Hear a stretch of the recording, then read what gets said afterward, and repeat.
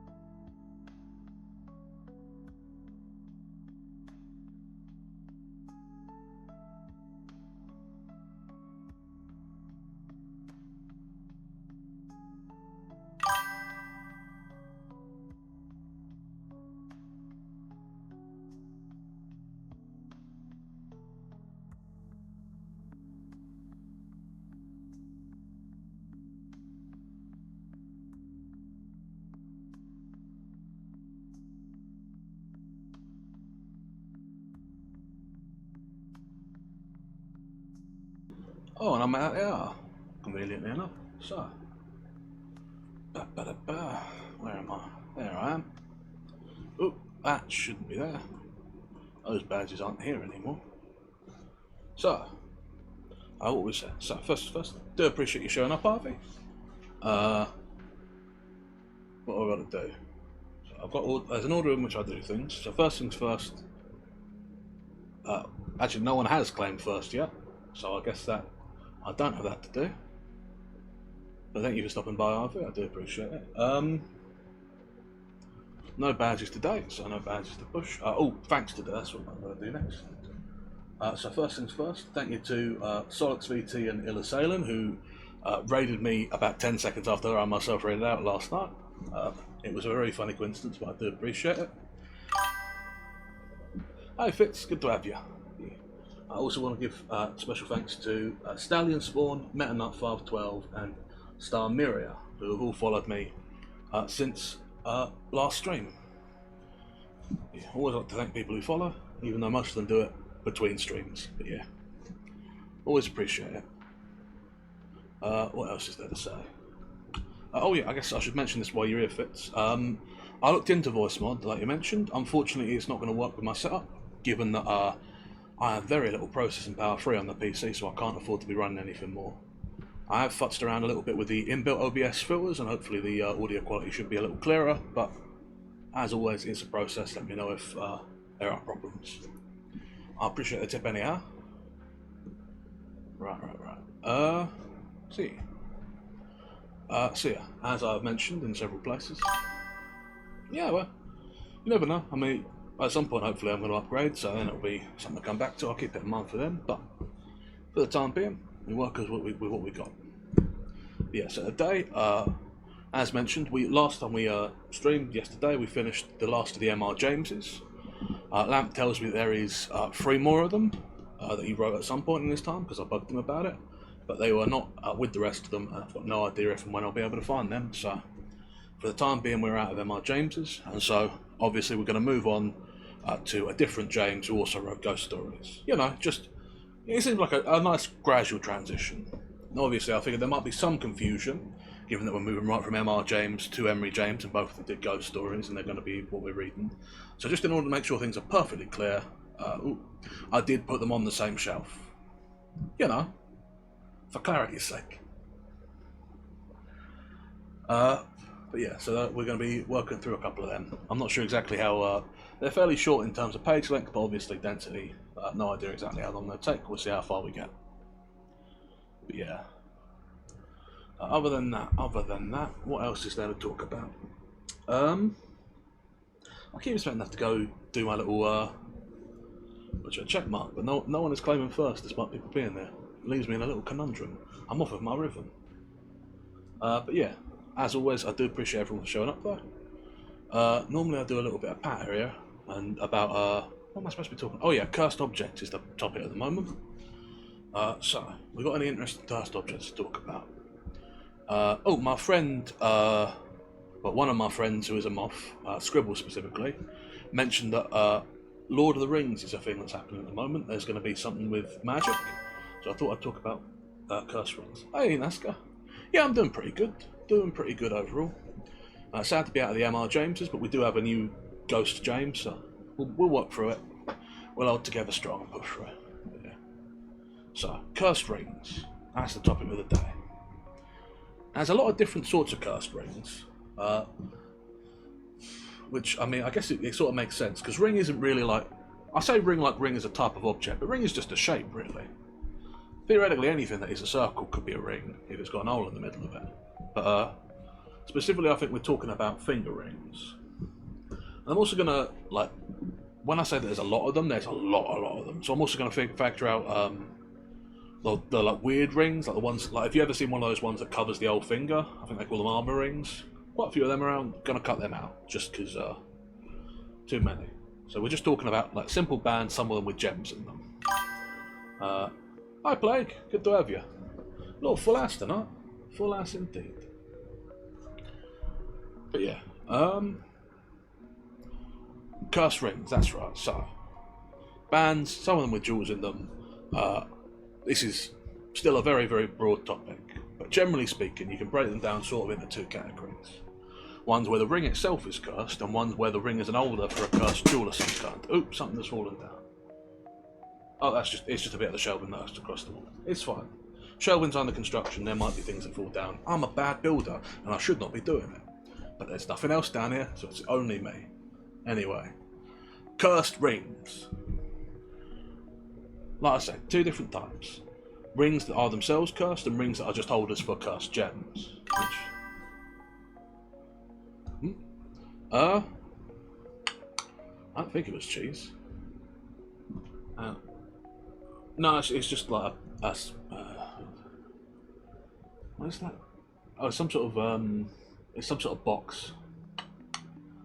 Yeah, I was going to use it as a support on one side. So for those of you who don't know, Lamp has had me building more shelves because he's worried about these ones filling up. Which, yeah, fair enough. I mean, They do keep doing it.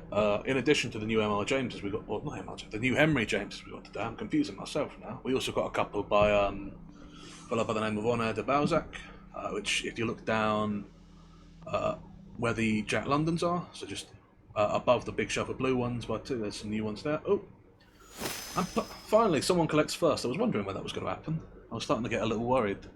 Okay, so Plague is claimed first, so that is another check mark for Plague. Let me mark that down. Hoop. I do strongly appreciate it. Yeah. Good job, Plague. You're up to. Someday someone will catch up, eh? There we are. Wow. Oh, I see. There we are. Chalk's not right for some reason. Oh, the chalk is not working. Why is the chalk not working? How is it the chalk can stop working?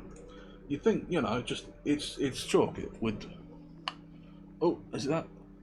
There we. Oh no, still there we are.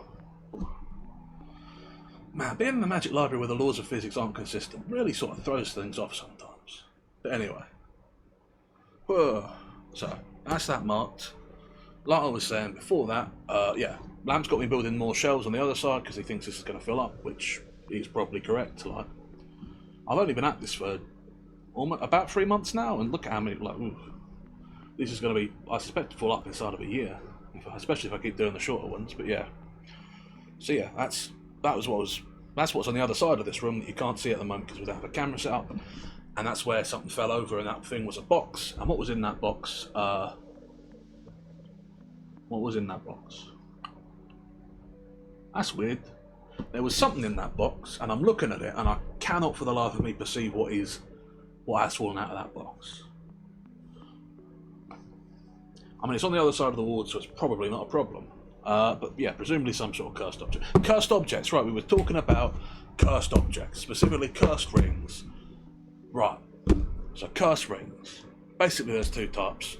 There's ones that are cursed in themselves, like the band is cursed, or if it's just a band, that's the only thing that is to be cursed. And there's other ones that are just a normal band that hold cursed jewels. Now, should I talk about the ones that hold cursed jewels now, or should they be in their own separate segment when I do cursed jewels? Because there's quite a lot of cursed jewels. Yeah. What do you call it? Yeah. Cursed rings. One of the major subtypes of cursed objects that I'm supposed to be talking about while we buy time to let people arrive. Now, why am I talking about these? Oh yeah, there's a Lord of the Rings thing happening with Magic, not Magic the actual like physical thing where you do spells, Magic the card game, which my friend who's another moth was telling me about anyway. Yeah, cursed rings. Something to do with them, yeah. There's a reason this is relevant, and I don't remember what it was for the life of me. Anyway, so yeah, cursed rings. Basically two types. Some hold cursed gems, some is cursed in of themselves. But I think the ones we're talking about today is going to be the ones that's cursed in and of themselves. Oh, and that's time. So, it being about 10 minutes past the hour, we'll start getting into the book now.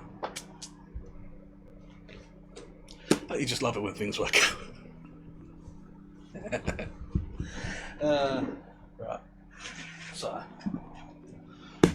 as I was saying, I've said a couple of times now before you got here, we finished off with the M.R. Jameses, and so we're starting on Henry James, who was another author whose last name is James, who wrote ghost stories. I don't think they're related. I think James is quite a common last name. I could be wrong. I didn't look into it. But yeah, and I'll store them on the same shelf just to make it as confusing as possible for everyone, including me. Because that's how we roll in here. Now, I'm probably going to start left to right as I tend to. Anyone prefer either Owen Wingrave with a ghostly rental? One over the other. If literally anyone has a preference, first one to say something in chat, I'll do that one, otherwise I'll pick. And while I let you have a chance to do that, I'm going to have a quick drink.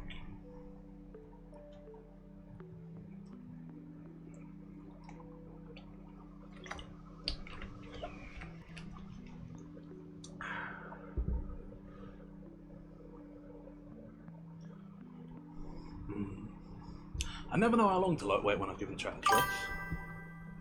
Eat a piece of cheese. You know, that is a good option. I'll do that. Hang on. Piece of cheese. I'll keep it wrapped in paper so it doesn't go mouldy.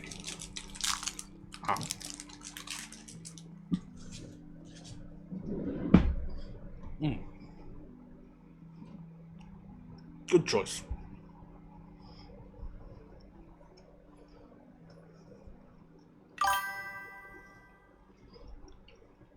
Now it's just more cheese, which feels like it's not a choice of book, but I could do with some more cheese, so I will allow this for now. At some point someone's probably going to choose a book, right? Oh.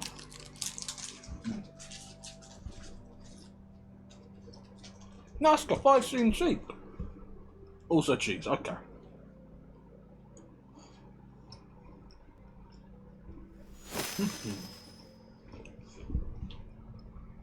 Anhydrate, fair enough.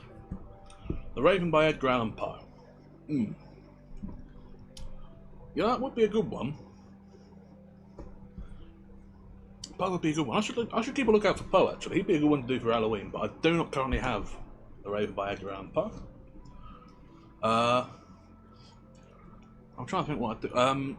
I believe this is by the same person who did The Turning of the Screw. Well, I don't currently have that. I can look into that. Right, hydrate and cheese from Nazca. No, other way around. Cheese first, then hydrate. I'll finish this block of cheese since everyone is for it. Oh.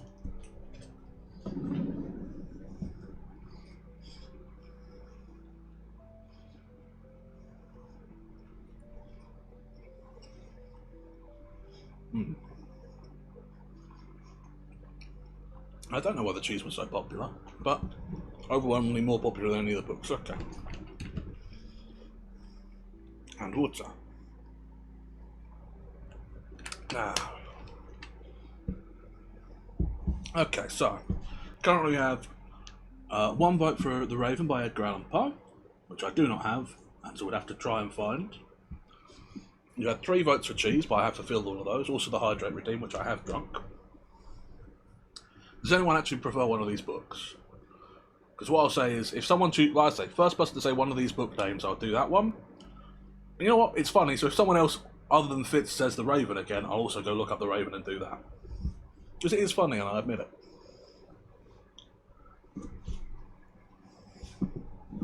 The race is on.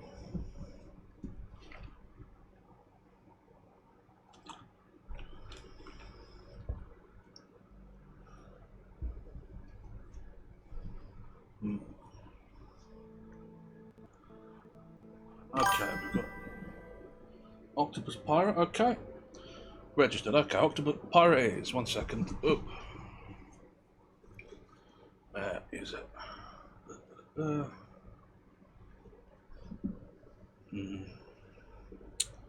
This would be funnier if I could do it more seamlessly, but unfortunately all I got is seams. Oop. Book about cheese. I mean, there's probably some books on, I know there's books on tyromancy, which is divination by cheese in here. It wouldn't surprise me if there was books on cheese making. Ooh, the music is cut out, that's fun.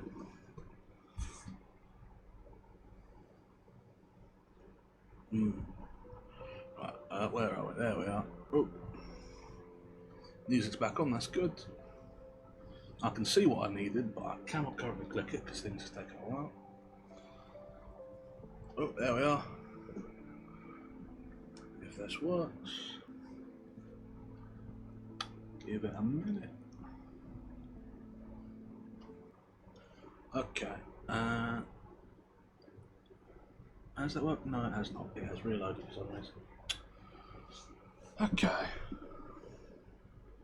Oh, there we are. Okay. Has that worked? Yeah, okay. So, that is the vote for Pirate. Respected and updated. We are now piratical. This is just my normal captain's thing. I don't have the pirate one loaded, but yeah. The only difference is my cutlass. So, okay. No books on cheese making. No secondary vote for the Raven, which is the providence I put down. No one has chosen a book. We've eaten all the cheese that I've got on hand. I've drunk my water. I'll see if I can find books on cheese making. I'll make a note of that. Yeah. Whoop. Okay. Ominous message there. Okay. Well, there's an ominous message for everyone. Okay, well, that's something to look forward to. While Plague figures out what she wants to make me say and how serious she wants to be with it, does anyone actually have a preference? Because otherwise I'll just go with Owen Wingrave because it's on the top and nearest me. Gonna give you, I don't know, 30 seconds to make a final call before I lock that in as what we're starting with.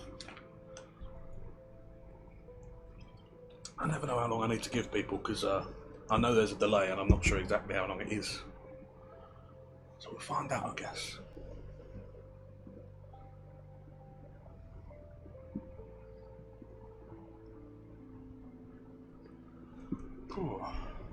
So.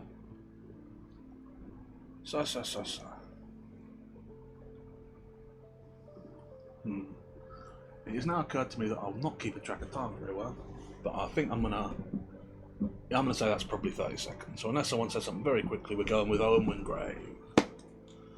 A story that I've got no idea what it's about because it is just a person's name. Right.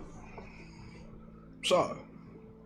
Oh wait, I still haven't even done my little patter. Alright, okay, so before we start, as always, if while I'm reading this you miss something because I've stumbled over it or spoken it badly, there's technical problems, or you've just missed it for any number of reasons, let me know. I'm happy to go back over it. If you have questions, comments, thoughts, do let me know. I'm always happy to have a chat about the text as we go. Yeah, that's about it. This one is, just to give an idea of how long it'll be.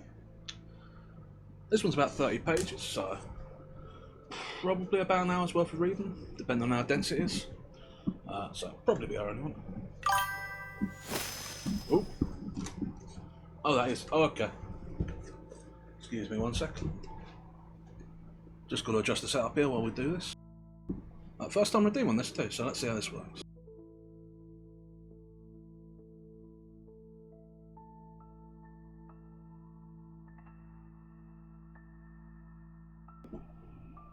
Hello, Plague, you lovely little moth.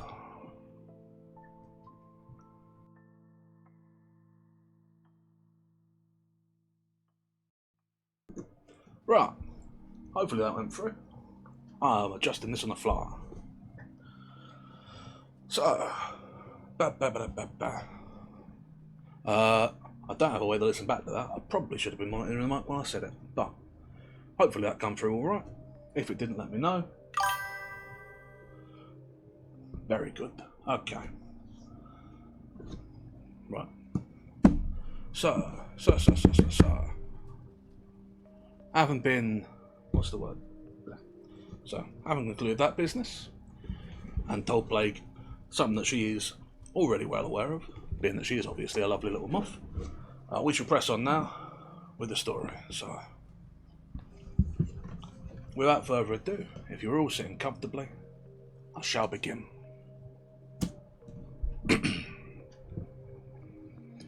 Owen Wingrave. 1.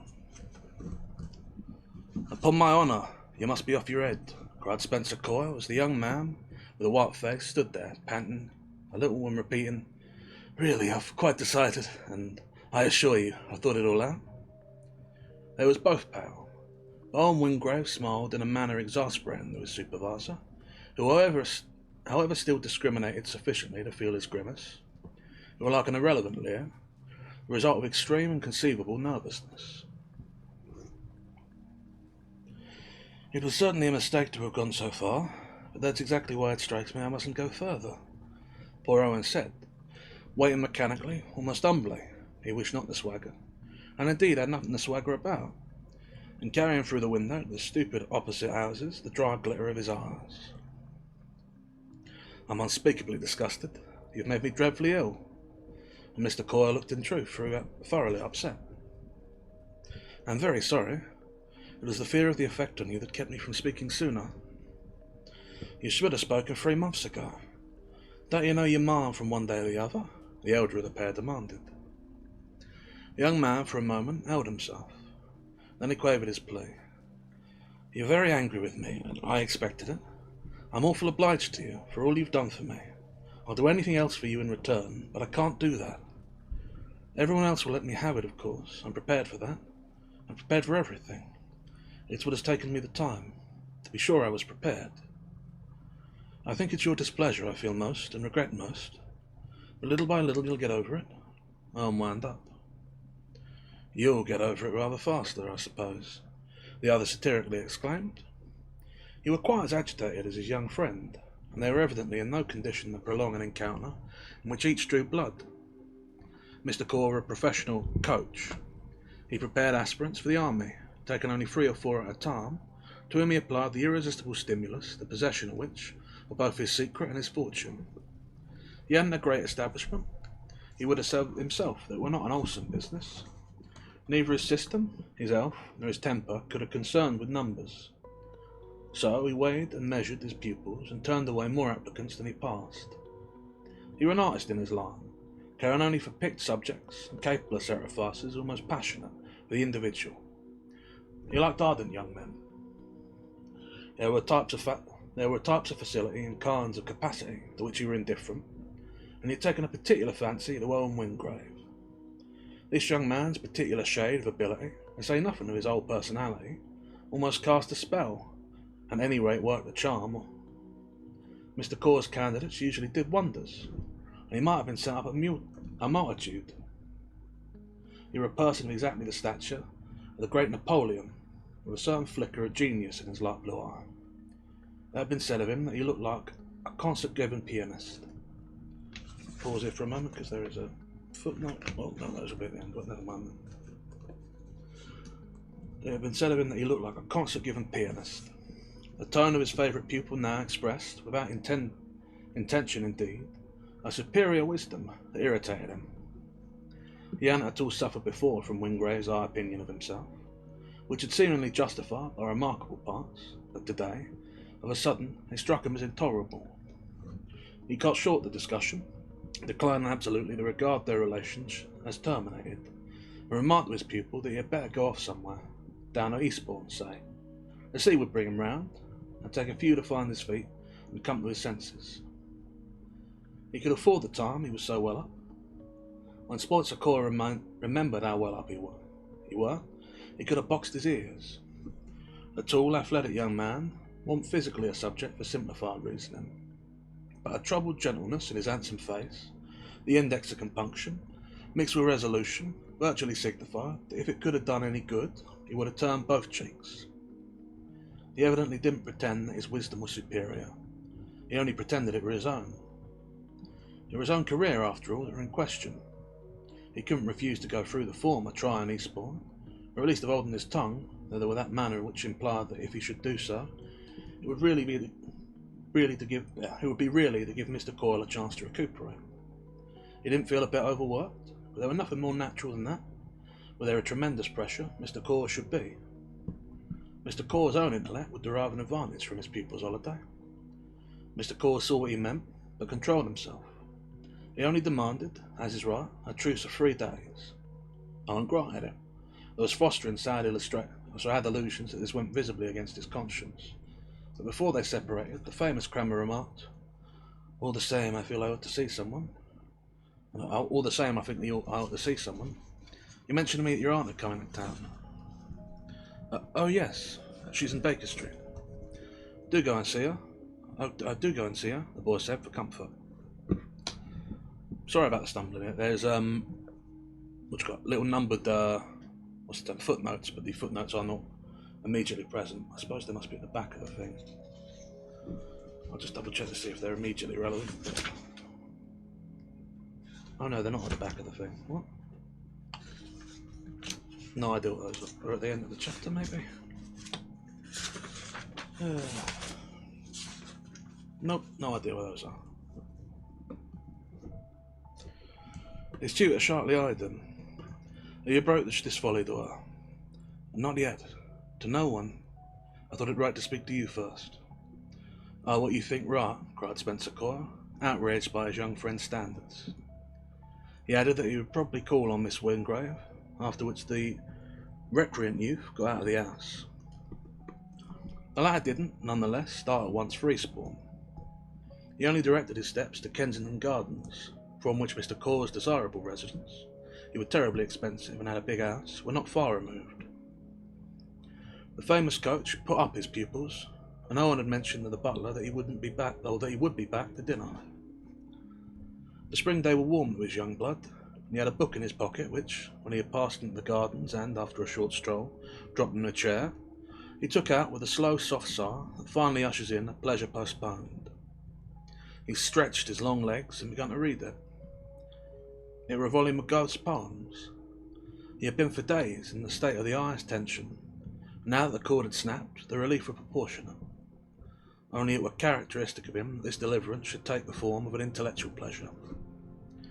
If he had thrown up the probability of a magnificent career, it weren't the door along Bond Street, nor parade his indifference in the window of a club.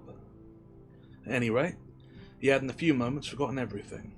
The tremendous pressure, Mr. Core's disappointment, and even his formidable one in Baker Street. If these watchers had overtaken him, there would surely have been some excuse for their exasperation. There were no doubt he were perverse. His very choice of a pastime only showed how he had got up his German.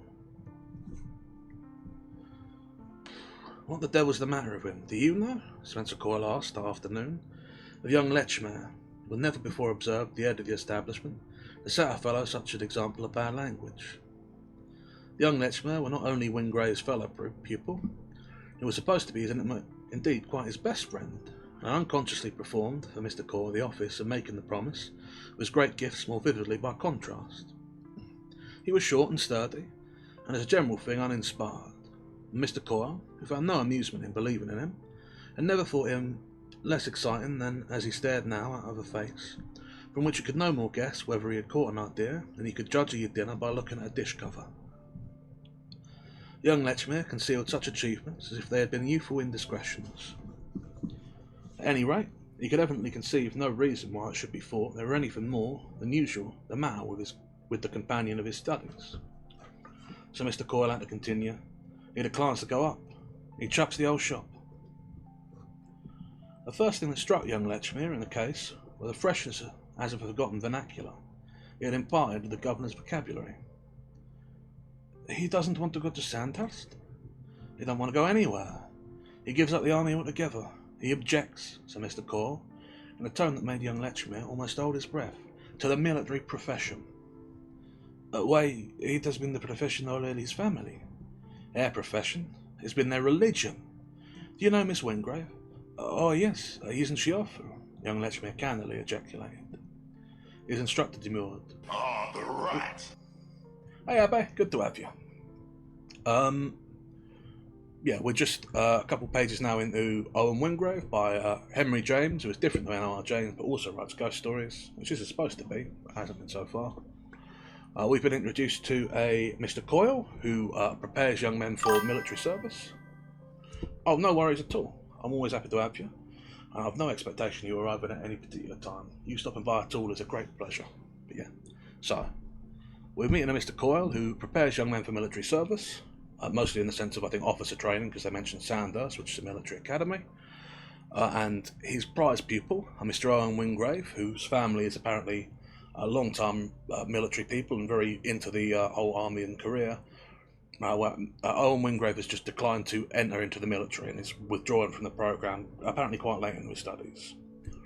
And after the initial confrontation with his mentor, he's walked off to read a book of poetry in German, for some reason. And at this point, his mentor is currently speaking to another student who he's less inclined to about why this has happened. Oh yes, isn't she awful? Young Lechmere candidly ejaculated. His instructor demurred. She's formidable, if you mean that.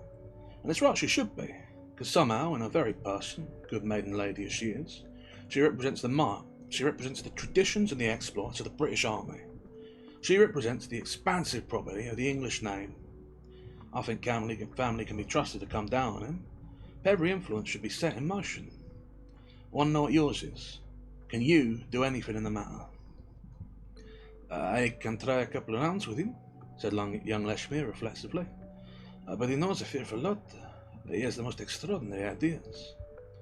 And he's told you some of them. He's taken you into his confidence. I have held him job by the yard, smiled the honest youth. He has told me he despises it. What is it he despises? I can't make it out. The most consecutive of Mr. Core's nurslings considered a moment as if he were conscious of responsibility. Why, I think just soldiering, don't you know? He says we take the wrong view of it. You oughtn't to do it to you that way. It's corrupting the youth for Athens. It's on sedition. Oh, I'm alright, said young Lechmere. And he never told me he means to chuck it. I always think he meant to see it through, simply because he had to. He'll argue on any side you like. He can talk your head off. I will say that for him. But it's a tremendous pity. I'm sure he'd have a big career. Tell him so then. Play with him, struggle with him, for God's sake. I'll do what I can. I'll tell him it's a regular shame. Yeah, strike that now. Insist on the disgrace of it. The young man gave Mr. Core a queer look. I'm sure he wouldn't do anything dishonourable. Well, it won't look right. You must be made to feel that. Work it up. Give him a comrade's point of view. That of a brother in arms. That's what I thought we were going to be, young Lechmere mused romantically, much uplifted by the nature of the mission imposed on him. He's an awfully good sort. No one thinks so if he backs out, said Spencer Core. Well, they mustn't say it to me, his pupil rejoined with a flush. Mr. Core debated, noting his tone and aware that in the perversity of things, though this young man were a born soldier, no excitement would ever attach to his alternatives, save perhaps on the part of a nice girl, to whom at an early day he was sure to be placidly united. Do you like him very much? Do you believe in him? Young Lechmere's life in these days was spent in answering terrible questions, but he had never been put through so straight a lot of it as these. Believe in him? Right there he is. And save him. The poor boy puzzled, as if it were forced upon him by this intensity. There were more in such an appeal than could appear on the surface, and he doubtless felt that he were but apprehending a complex situation, when after another moment, with his hand in his pockets, he replied hopefully, but not pompously, I dare say I can bring him around. That's the end of section 1. I'll pause here briefly to have a quick drink of water. I think I'm going to stick with the style of doing my little considerations at the end, so I'll press right on through, unless anyone has any particular thoughts or questions for the moment.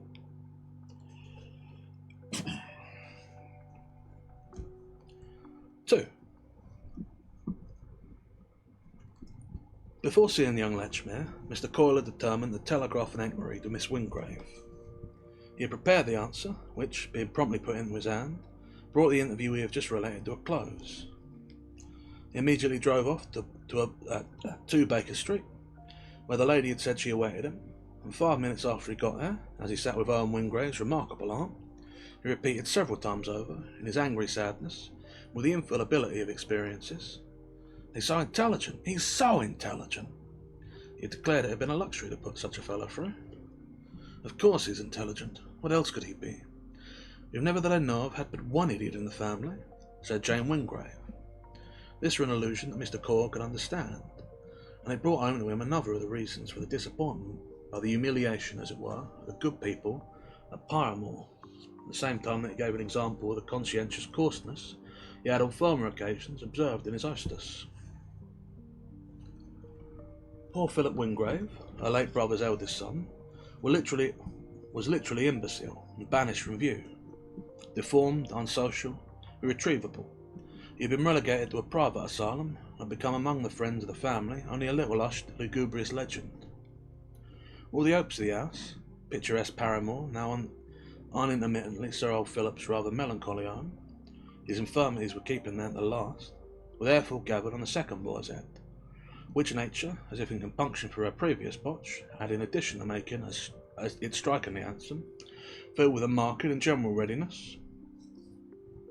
These two had been the only children of the old man's only son, who, like so many of his ancestors, had given up a gallant young life to the service of his country. Owen Wingrave, the elder, had received his death cut in the close quarters from an Afghan sabre. The blow had come crashing across his skull. His wife, at that time in India, were about to give birth to her third child. When the event took place, in darkness and anguish, the baby came lifeless into the world, and the mother sank under the multiplication of her woes. The second of the little boys in England, who were at Paramore with his grandfather, become the peculiar charge of his aunt, the only unmarried one, and during the interesting Sunday that, by urgent invitation, Spencer Coyle, busy as he was, had, after consenting to put Owen through, spent under that roof, the celebrated crammer received a vivid impression of the influence exerted, at least in inattention, by Miss Wingrave. Indeed, the picture of this short visit remained with the observant little man, a curious one. The vision of an impoverished Jacobean house, shabby and remarkably creepy, but full of character still, and full of felicity as a setting for the distinguished figure of the peaceful old soldier. Sir Philip Wingrave, a relic rather than a celebrity, wore a small brown erect octogenarian with smouldering eyes and a studied courtesy. He liked to do the diminished honours of his house, but even when with a shaky hand he lighted a bedroom candle for a depreciating guest, it were impossible not to feel him, beneath the surface, a merciless old man of blood. The eyes of the imagination could glance back into his crowded eastern past, back at episodes in which his scrupulous forms would only have been made him more terrible. He had his legend. I know there were stories about him. Mr. Core remembered also two other figures, a faded and offensive Mrs. Julian, domesticated there by a system of frequent visits, as the widow of an officer and a particular friend of Miss Wingrave, and a remarkably clever little girl of 18, who were this lady's daughter, and who struck the speculative visitor as already formed for other relations. She was very impertinent to Owen, and in the course of a long walk that he had taken with the young man, and the effect of which, in much talk, had been to clinch his high opinion of him, he had learned, for Owen chatted confidently, that Mrs. Julian was the sister of a very gallant gentleman, Captain Hume Walker of the artillery, who had fallen in the Indian mutiny, and between whom and Miss Wingrave had been this lady's one known concession, a passage of some delicacy, taking a tragic turn, were believed to have been enacted. They had been engaged to be married, but she had given way to the jealousy of her nature, had broken with him and sent him off to his fate, which had been horrible.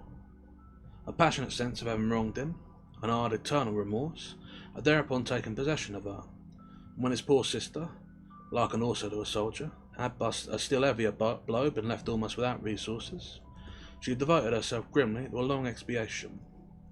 She had sought comfort in taking Mrs. Julian to live much of the time at Paramore, where she became an unremunerated, though not uncriticised housekeeper, and Spencer Coyle rather fancied it a part of this comfort that she could at leisure trample on her. The impression of Jane Wingrave were not the faintest he had gathered on that intensifying Sunday, an occasion singularly tinged for him with a sense of bereavement, and mourning, and memory, and names never mentioned, the faraway plaint of widows and the echoes of battles and bad news. It were all military indeed, and Mr. Coyle made to shudder a little at the profession of which he helped to open the door to otherwise harmless young men. Miss Wingrave might moreover have made such a bad conscience worse. So cold and clear a good one looked at him out of their hard fine eyes, and trumpeted in her sonorous voice. She was now a distinguished person, angular but not awkward, with a large forehead and abundant black hair, arranged like that of a woman conceiving, perhaps, excusably, of her head as noble, and the day irregularly streaked with white. If, however, she represented for our troubled friend the genius of a military race, it were not that she had the step of a grenadier, or the vocabulary of a camp follower. It were only that such sympathies were vividly implied in the general fact, to which her very presence, and each of her actions, and glances, and tones, were a constant and direct allusion, the paramount valour of her family. If she were military, it was because she sprung from a military house, and because she wouldn't for the world have been anything but what the Wingraves had been. She were almost vulgar about her ancestors, and if one had been tempted to quarrel with her, one would have found a fair pretext in a defective sense of proportion. The temptation, however, said nothing to Spencer Coyle, for whom, as a strong character revealing itself in colour and sound, she almost a treat, and who were glad to regard her as a force exerted on his own side. He wished her nephew had more of her narrowness, instead of being almost cursed with a tendency to look at things in their relations. He wondered why, when she come up to town, she always resorted to Baker Street for lodgings. He had never known nor heard of Baker Street as a residence, he associated it only with bazaars and photographers. He divined in her a rigid indifference to everything that were not the passion of her life. Nothing really mattered to her but that, and she would occupy apartments in Whitechapel if they had been an item in her tactics. She received her visitor in a large, cold, faded room, furnished with slippery seats, decorated with alabaster vases and wax flowers. The only little personal comfort for which she appeared to have looked out for were a fat catalogue of the Army and Navy stores, which reposed on a vast, desolate table cover of false blue. Her clear forehead, it was like a porcelain slate, a receptacle for addresses and sums, had flushed when her nephew's crammer told her the extraordinary news, but he saw she was fortunately more angry than frightened. She had essentially, she would always have, too little imagination for fear, and the healthy habit, moreover, of facing everything had taught her that the occasional usually found her a quantity to reckon with. He saw that her only present fear could have been that of the failure to prevent her nephew shown publicly for an ass, or worse, and that of such an apprehension as this, she were in fact inaccessible. Practically, too, she was not troubled by surprise. She recognised none of the futile, none of the subtle sentiments. If Owen had, for an hour, made a fool of himself, she were angry, disconcerted as she would have been on learning that he had confessed to debts, or fallen in love with a low girl. There remained, in any annoyance, the saving fact that no one could make a fool of her.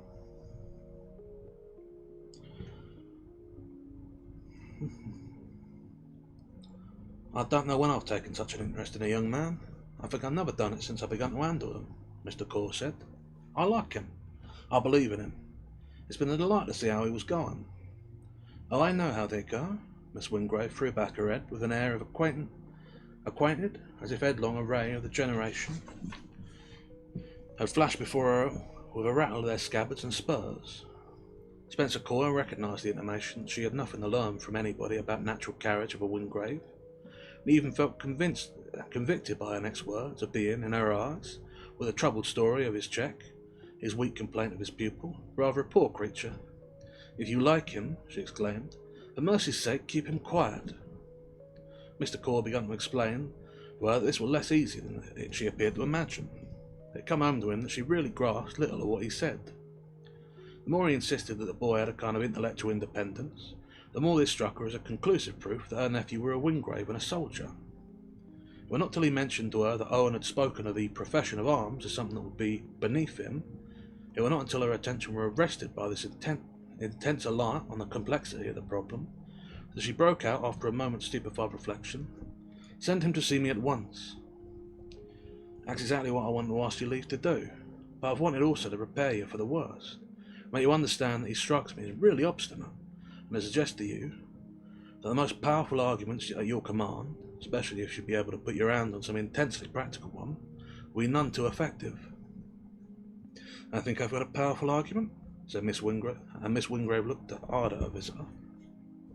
He didn't know in the least what this engine might be, but he begged her to drag it without delay into the field. He promised their young man should come to Baker Street that evening, mentioning, however, that he had already urged him to spend a couple of the very next days in Eastbourne. This led Jane Wingrave to inquire with surprise what virtue there might be in that expensive remedy, and reply with decision when he said, the virtue of a little rest, a little change, a little relief to overwrought nerves. Don't coddle him. He's costing us a great deal of money. I'll talk to him, and I'll take him down to Paramore, and he'll be dealt with there, and I'll send him back to you straightened out. Spencer Coyle hailed this pledge superficially with satisfaction, but before he quitted the strenuous lady, he knew he had really taken on a new anxiety, a restlessness that made him say to himself, groaning inwardly, she is a grenadier at bottom, and she'll have no tact. I don't know what her powerful argument is. I'm only afraid she'll be stupid and make him worse. The old man's better. He's capable of tact, though he's not quite an extinct volcano. Arm will probably put him in a rage. In short, it's a difficulty that the boy is the best of them. He felt afresh that evening at dinner that the boy were the best of them. Young Wingrave, who we were pleased to observe had not yet proceeded to the seaside, appeared at the repast as usual, looking inevitably a little self-conscious, but not too original for Bayswater. He talked very naturally to Mrs. Coyle, who thought him for the first, the most beautiful young man they had ever received. so that the person most ill at ease was poor Lechmere, who took great trouble, as if from the deepest delicacy, not to meet the eye of his misguided mate. Spencer Coyle, however, paid the price of his own profundity and feeling more and more worried. He could so easily see that there were all sorts of things in his young friend that people at Paramore wouldn't understand. He began even already to react against the notion of his being harassed, to reflect that after all he had the right to his idea, to remember that he was of a substance too fine to be handled with blunt fingers. It was in this way that the ardent little crammer, with his whimsical perceptions and complicated sympathies, were generally condemned not to settle down comfortably, either to his displeasures or to his enthusiasms. His love for the real truth ne'er gave him a chance to enjoy them. He mentioned the Wingrave after dinner, the propriety of an immediate visit to Baker Street, and the young man, looking queer, as he thought, lay smiling again with the perverse spirits in a wrong cause that he had shown in their recent interview, went off to face the ordeal. Spencer Coyle was sure he was scared. He was afraid of his aunt, but somehow this didn't strike him as a sign of pusillanimity. He should have been scared, he was well aware, in the poor boy's place, and the sight of his pupil marching up to the battery in spite of his terrors were a positive suggestion of the temperament of the soldier. Many a plucky youth would have flunked this special exposure. "He has good ideas," young Lechmere broke out to his instructor after his comrade had quitted the house. He was bewildered and rather rueful. He had emotion to work off. He had before dinner gone straight at his friend, as Mr. Coyle had requested, and had elicited from him that his scruples were founded on an overwhelming conviction of the stupidity, the crass barbarism, as he called it, of war. His great complaint was that people hadn't invented anything cleverer, and he was determined to show, the only way he could, that he wasn't so dull a brute. And he thinks that all the great generals ought to have been shot, and that Napoleon Bonaparte in particular, the greatest, was a scoundrel, a criminal, a monster for whom language has no adequate name. Oh no. So that was Coyle speaking. And he thinks all the great generals ought to have been shot, and that Napoleon Bonaparte in particular, the greatest, was a scoundrel, a criminal, a monster for whom language has no adequate name. Mr. Coyle rejoined, completing young Lechmere's picture. He favoured Yarcy with exactly the same pearls of wisdom that he produced for me. But I want to know what you said. I said they were awfully right. Young Lechmere spoke with emphasis, and was slightly surprised to hear Mr. Coyle laugh out of tune at this just declaration. Then after a moment continued. It's all very curious. I dare say there's something in it, but it's a pity. He told me when it was the question began to strike him in that light. 4 or 5 years ago, when he did a lot of reading about all the great swells and their campaigns, Hannibal and Julius Caesar, Marlborough and Frederick and Bonaparte. He has done a lot of reading, and he says open his eyes. There's a wave of disgust. I've messed it up again. I've mixed them up. Sorry. It's all very curious. I say that there's something in it, but it's a pity. It was Coyle. He told me when it was the question began to strike him in that light. 4 or 5 years ago, when he did a lot of reading about all the great swells in the campaigns. Hannibal and Julius Caesar, Marlborough and Frederick and Bonaparte. He has done a lot of reading, and he says that it opened his eyes. He says that a wave of disgust rolled over him. He talked about the immeasurable misery of wars, and asked me why nations don't tear to pieces their government, that rulers go in for them. He hates poor old Bonaparte worst of all. Well, poor old Bonaparte were a scoundrel. You're a frightful ruffian, Mr. Coyle unexpectedly declared. But I suppose you didn't admit that.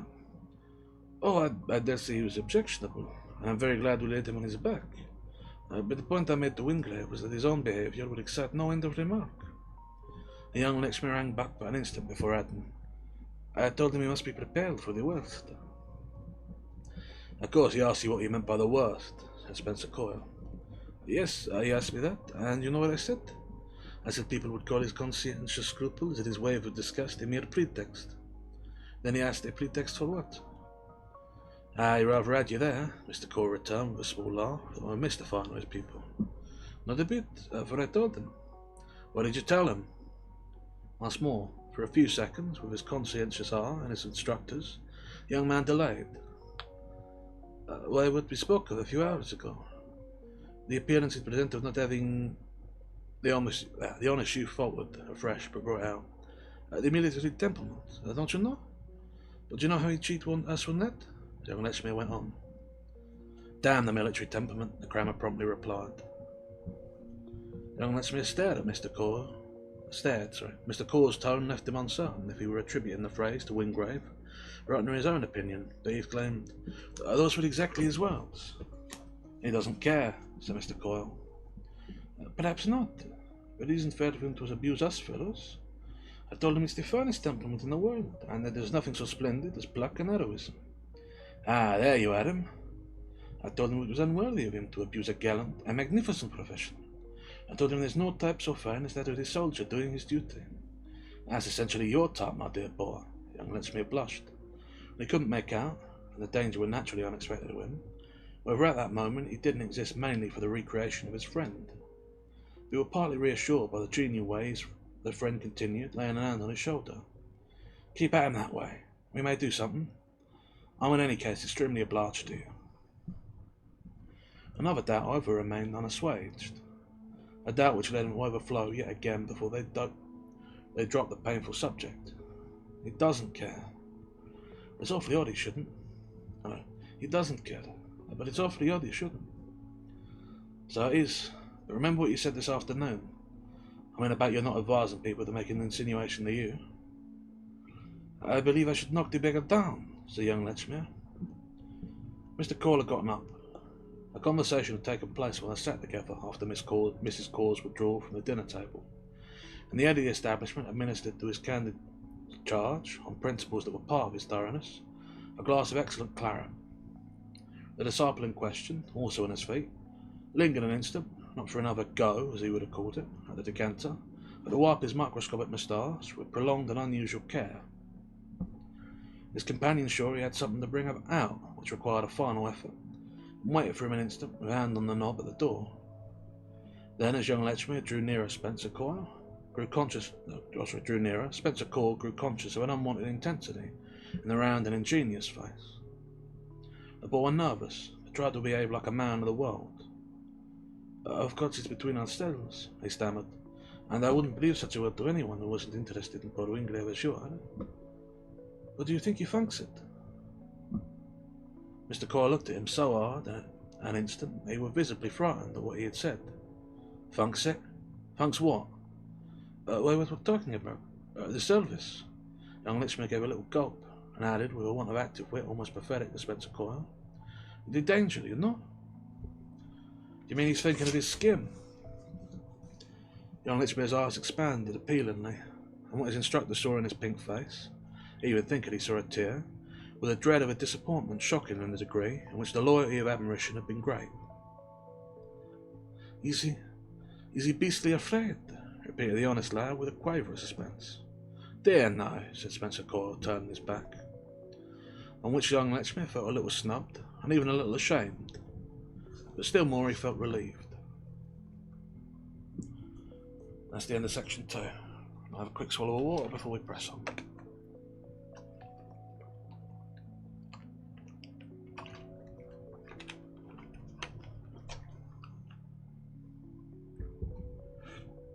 Now, I was told these was ghost stories, but there does not seem to be many ghosts about them so far.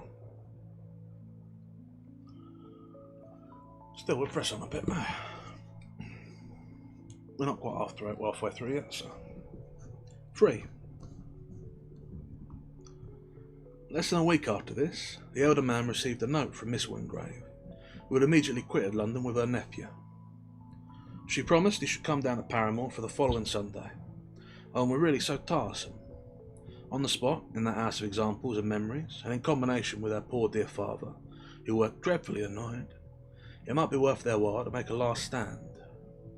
Mr. Core read between the lines of this letter that the party at Paramore had gotten over a good deal of ground since Miss Wingrave, in Baker Street, had treated his despair as superficial.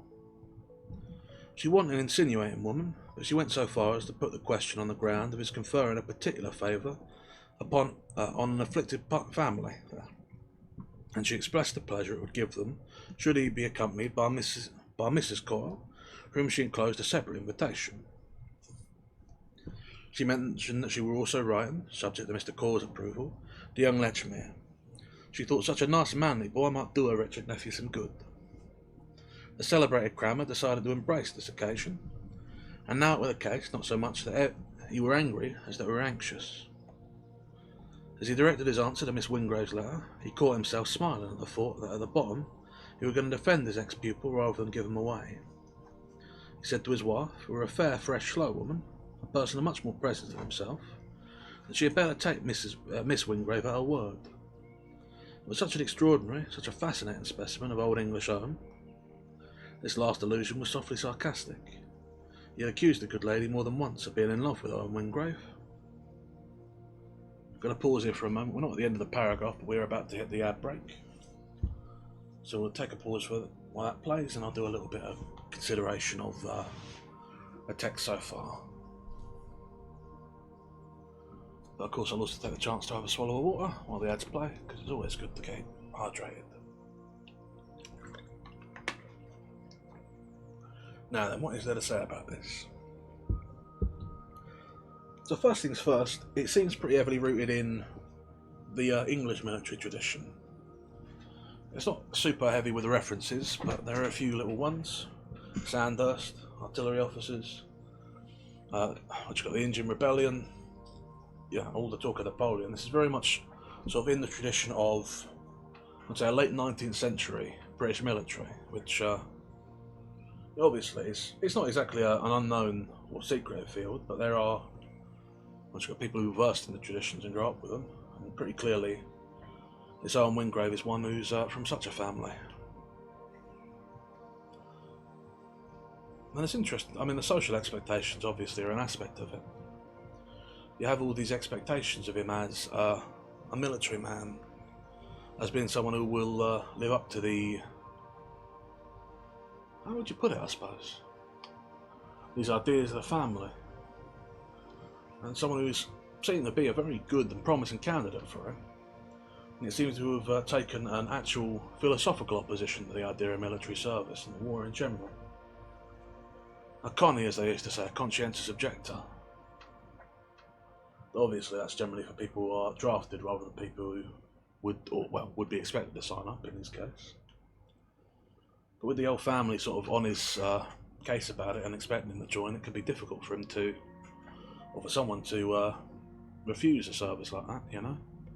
There's an enormous amount of social pressure. And the military is in and of itself almost its own little sort of sub-society, you know. The officer class is almost a gentry unto itself. A sort of secondary nobility that in certain circles carries a lot of weight. And for a man who's from what seems to be a high family, but a high family in military honours, he might lack a lot of other options. Obviously he's pretty well educated and has quite a lot of natural facilities about him. But he's going to be a lot of social pressure on him, and the fact that he's continually refused and speaks pretty strongly to his dislike of the idea. Though from Caw's account, and I think we can trust Caw given that he's reputed to be, you know, a man with a history of training officers and the like, I think we can take it that he's not afraid, he's not doing it out of fear. He has a legitimate intellectual objection to the idea, which is interesting. Though one does wonder how he'd have picked it up, given that he was in the process of being ready for enlistment, presumably by a man who would have been very pro-military, if his attitude is anything to go by. Yeah. Don't think there's much else to say before we move on. And the ad is ending, so I'll have a quick swallow of water and we'll get back to it.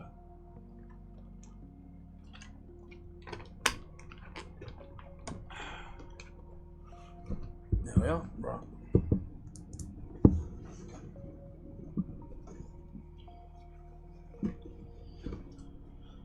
This last allusion was softly sarcastic. He had accused the good lady more than once of being in love with Owen Wingrave. She admitted that she even glorified in her passion, which shows that the subject between them were treated in a liberal spirit. She carried out the joke by accepting the invitation with eagerness. Young Lechmere was delighted to do the same.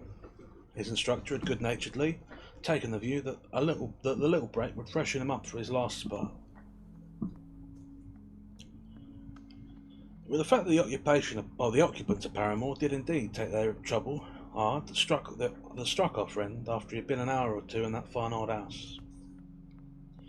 This very short second visit, beginning on a Saturday evening, would constitute the strangest episode of his life.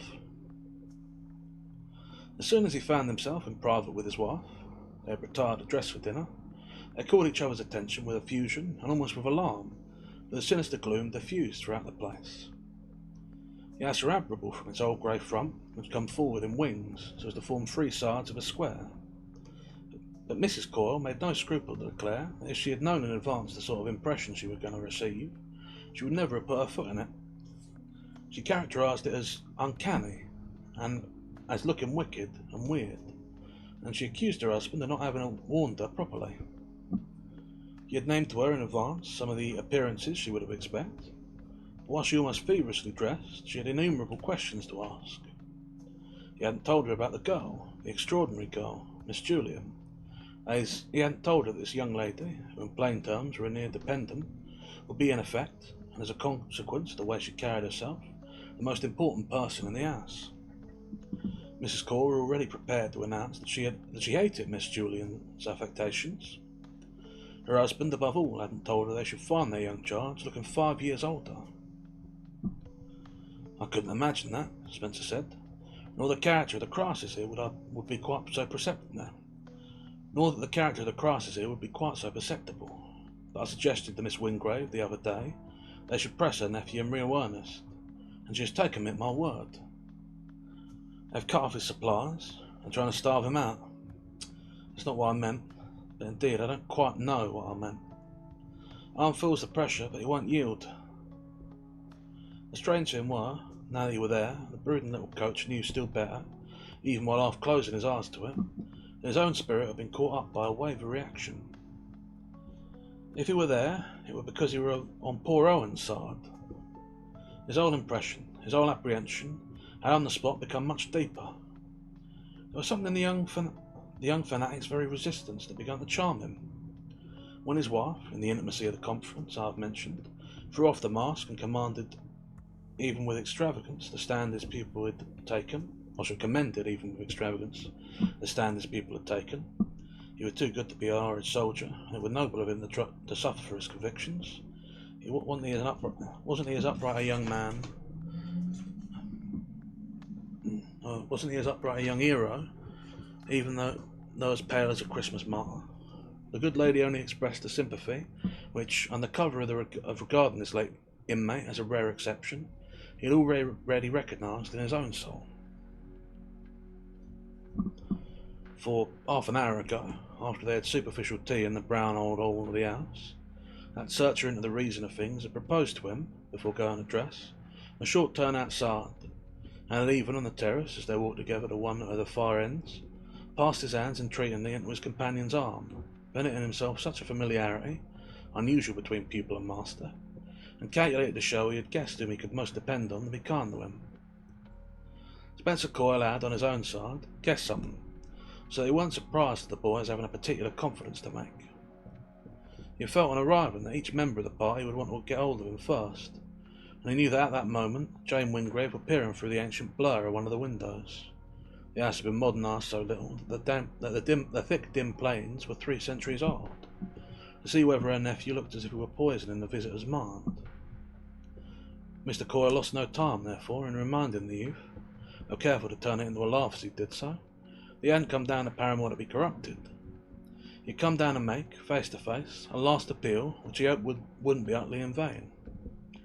Owen smiled sadly as they went, asking if he thought he had the general air of a fellow who was going to knock under. "I think you look odd. I think you look ill," Spencer Coyle said with honesty.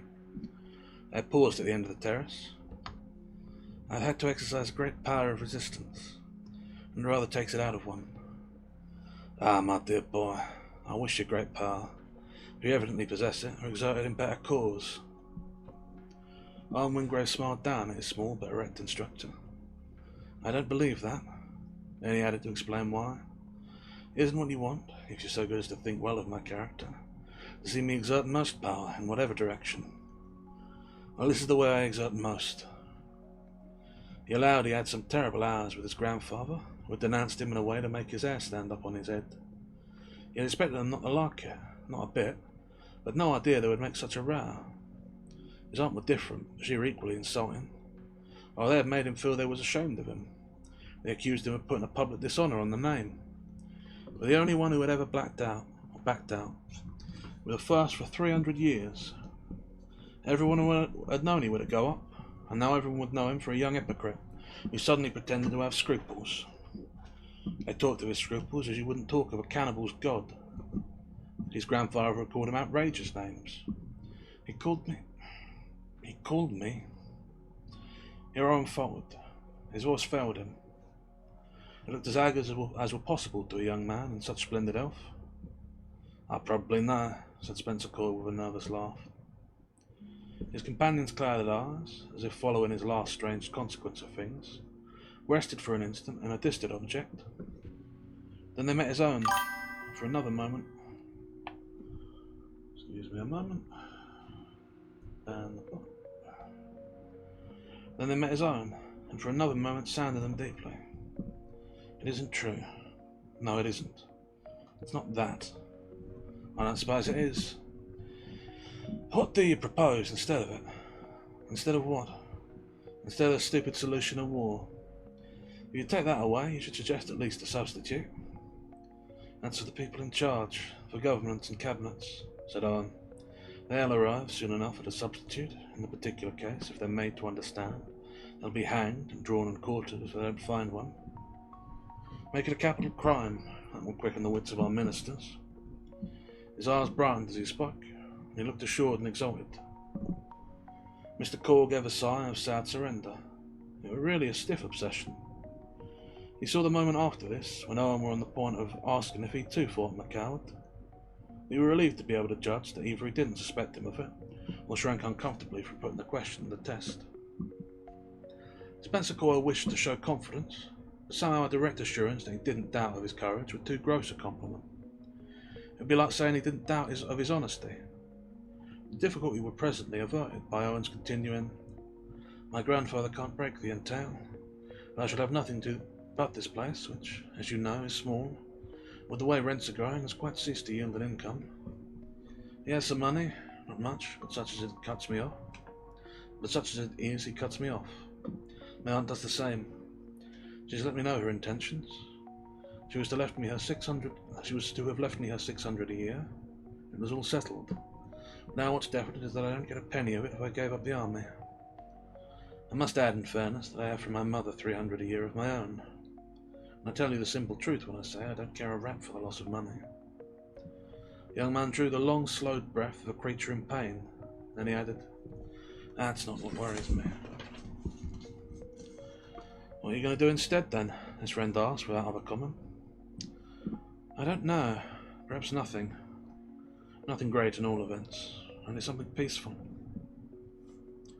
Owen gave a weary smile, as if, worried as he were, he could yet appreciate the humorous effect of such a declaration from a Wingrave. What it suggested to his guest, who looked up at him with a sense that he were, after all, not a Wingrave for nothing, and had a military steadiness under fire, with the exasperation that such a profession, made in such a way, and striking then as the last word of the inglorious, might well have produced on the part of his grandfather and his aunt. Perhaps nothing, when he might carry on the great tradition. Yes, he wasn't weak, they were interesting, but they were clearly a point of view from which he would provoke him. "What is it then that worries you?" Mr. Core demanded. "Oh, the house, the very air, the feeling of it. There are strange voices in that seem to mutter at me. They say dreadful things as I pass. I mean, the general consciousness and responsibility of what I'm doing. Of course, it hasn't been easy for me. Anything rather. I assure you I don't enjoy it." With a light in them that were a longing for justice, Owen again bent his eyes on those of the little coach. Then he pursued, "I started up all the old ghosts. The very portraits glare at me on the walls. There's one of my great-great-grandfather, the extraordinary story you know is about. The old fellow who hangs on the second landing of the big staircase. It fairly stirs on the canvas, just heaves a little when I come near it. I have to go up and down the stairs. It's rather awkward. It's what my aunt calls the family circle.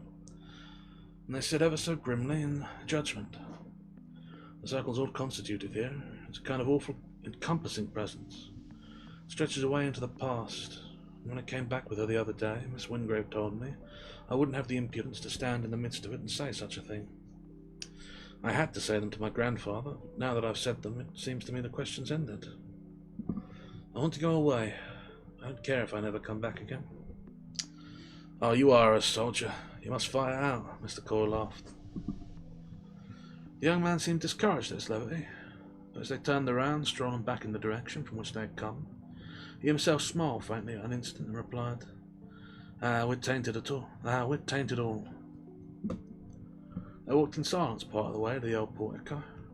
Then the elder of the pair, stopping short after having assured himself he were at a sufficient distance from the house not to be heard, suddenly put the question, what does Miss Julian say? Miss Julian?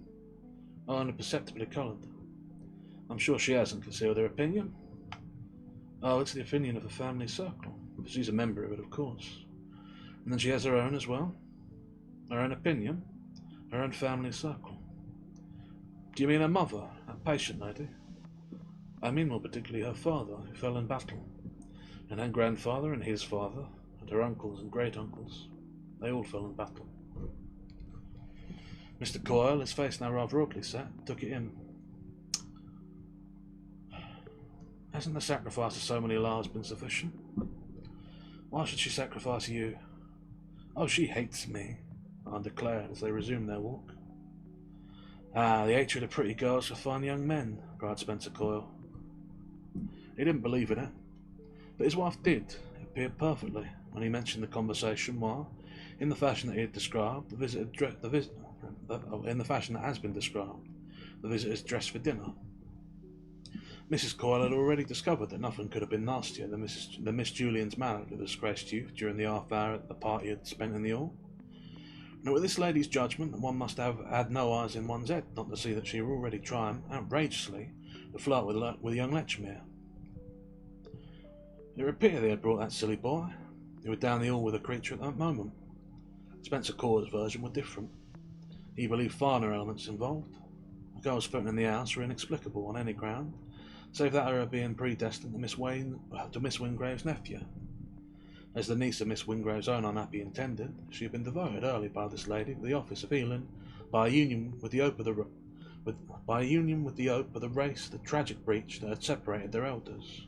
And if in reply to this it would be said that the girl of spirit couldn't enjoy, in such a manner, having her duty cut out for her, Owen's enlightened friend were ready with the argument that a young person in Miss Julian's position would ne'er be such a fool as really to quarrel with a capital chance. She was familiar at Paramore, and she felt safe. Therefore she might treat herself to the amusement of pretending she had her option. They were all innocent tricks and airs. She had a curious charm, and it was vain to pretend that the air of that house wouldn't seem good enough to a girl, clever as she might be, of 18. Mrs. Coyle reminded her husband that their late charge were precisely now not of that house. This question were among the articles which exercised their wits after the two men had taken the turn of the terrace. Spencer then mentioned to his wife that Owen were afraid of the portrait of his great-great-grandfather. It would show it to her, since she hadn't noticed it, on their way downstairs. Why of his great-great-grandfather more than any of the others? Oh, because he's the most formidable. He's the one who's sometimes seen. Seen where? Mrs. Coyle had turned around with a jerk. In the room we were found dead in. The White Room, they always called it. Do you mean to say the house is a proved ghost? Mrs. Coyle almost shrieked. You brought me here without telling me. Didn't I mention it after my other visit? Not a word. You only talked about Miss Wingrave. Oh, I'll follow the story. You've simply forgotten. And you should have reminded me. If I'd have thought of it, I'd have held my peace. But you wouldn't have come. I wish indeed I hadn't, cried Miss Coyle. But what, she immediately asked, is the story? Oh, a deed of violence that took place here ages ago. I think it were in George II's time that Colonel Wingrave, one of their ancestors, struck in a fit of passion one of his children, a lad just growing up, a blow on the head of which the unhappy child died. The matter rushed up for the hour, and some other explanation put about. The poor boy were laid out in one of them rooms on the other side of the house, and amid strange smothered rumours that the funeral were hurried on. Next morning, when the household assembled, Colonel Wingrave were missing. He was looked for vainly, and at last it occurred to someone that he might perhaps be in the room from which his child had been carried to burial. The seeker knocked without an answer and opened the door. The poor man lay dead on the floor in his clothes, as if he had reeled back and fallen over, without a wound, without a mark, without anything in his appearance to indicate that he had either struggled or suffered. He was a strong, sound man. They were not going to account for such a stroke. He's supposed to have gone to the room during the night, just before going to bed, in some fit of compunction, or some fascination of dread. It was only after this that the truth about the boy come out, but no one ever sleeps in that room. Miss Coyle had fairly turned pale. I hope not, indeed. Thank heaven they haven't put us there. We're at a comfortable distance. I know the scene of the event. Do you mean you've been in? For a few moments. They're rather proud of the place, and my young friend showed it me when I was here before. Mrs. Coyle stared. And what's it like? Simply an empty, dull, old-fashioned bedroom, rather big and furnished with things of the period. It's panelled from floor to ceiling. The panels, evidently, years and years ago, were painted white, but the paint is darkened with time. There are 3 or 4 quaint little ancient samplers, framed and glassed, on the walls. Miss Coyle looked around with a shudder. I'm glad there are no samplers here. Never heard of anything so jumpy. Come down to dinner. On the staircase as they went, her husband showed her the portrait of Colonel Wingrave. The representation with some force and style, for the place and period, with a gentleman with an iron handsome face, and a red coat, with a peruke. Mrs. Coyle pronounced his descendant, old Sir Philip, wonderfully like him, and her husband could fancy, though he kept to himself, that if one should have the courage to walk the old corridors of Paramore at night, one might meet a figure that resembled him roaming, with the restlessness of a ghost, hand in hand with the figure of a tall boy. As he proceeded to the drawing-room with his wife, he found himself suddenly wishing he had made more of a point of his pupils going to Eastbourne. The evening, however, seemed to have taken upon itself to dissipate any such whimsical forebodings. The grimness of the family circle, as he had preconceived its composition, were mitigated by an infusion of the neighbourhood. The company at dinner were recruited by 2 cheerful couples, one of them the vicar and his wife, and by a silent young man who had come down to fish. This was a relief to Mr. Coyle, who had begun to wonder what it were after all expected of him, and why he had been such a fool as to come, and who now felt that, for the first hours at least, the situation wouldn't have directly to be dealt with. Indeed, he found, as he had found before, sufficient occupation for his ingenuity in reading the various symptoms of which the social scene that spread out about him were an expression. He should probably have a trying day on the morrow. He foresaw the difficulty of the long decorous Sunday, and how dry Jane Wingrave's ideas, elicited in strenuous confidence, would taste. She and her father would make him feel they depended upon him for the impossible, and if they should try to associate him with too tactless a policy, he might end by telling them what he thought of it, an accident not required to make his visit a depressed mistake. The old man's actual desire were evidently to let their friends see in it a positive mark of their being all right. The presence of the great London coach would tantamount to a profession of faith and the results of the impending examination. It had clearly been obtained from Owen, rather to the principal visitor's surprise, they would do nothing to interfere with the apparent concord. He let the allusions to his hard work pass, and, holding his tongue without his affairs, talked to the ladies as amicably as if he hadn't been cut off. When Mr. Coyle looked at him once or twice across the table, catching his eye, which showed an indefinable passion, he found a puzzling pathos in his laughing face. One couldn't resist a pang for a young lamb so visibly marked for sacrifice. Hang him, what's a pity he's such a fighter, he privately sighed. We were want of logic that were only superficial. This idea, however, would have absorbed him more, if so much of his attention hadn't been for Kate Julian, who, now that he had her well before him, struck him as a remarkable, and even a possibly interesting young woman. The interest resided not in any extraordinary prettiness, for if she ransomed with her long eastern eyes, her magnificent air, and her general unabashed originality, he had seen complexions rosier and features that pleased him more. He dwelt on a strange impression that she gave, of being exactly the sort of person whom, in her position, common considerations, those of prudence, and perhaps even a little decorum, would have enjoined on her not to be. She was what were vulgarly termed a dependent. penniless, patronised, tolerated. But something in all her air conveyed that if her situation were inferior to her spirit, her spirit, to make up for it, were above precaution or submission. It wasn't in the least that she were aggressive. She was too indifferent for that. It were only as if, having nothing either to gain or lose, she could afford to do as she liked. It occurred to Spencer Cora that she might really have had more at stake than her imagination appeared to take account of. Whatever this quantity might be, at any rate, he had never seen a young woman at less pains to keep the safe side. He wondered inevitably what terms prevailed between Jane Wingrave and such an inmate as this. But those questions, of course, were unfathomable deeps. Perhaps Keen Kate lorded it even over her protectress. The other time he were at Paramore, he had received an impression that, with Sir Philip besides her, the girl could fight with her back to the wall. She amused Sir Philip. She charmed him. He liked people who weren't afraid between him and his daughter, moreover. There were no doubt which were the higher in command.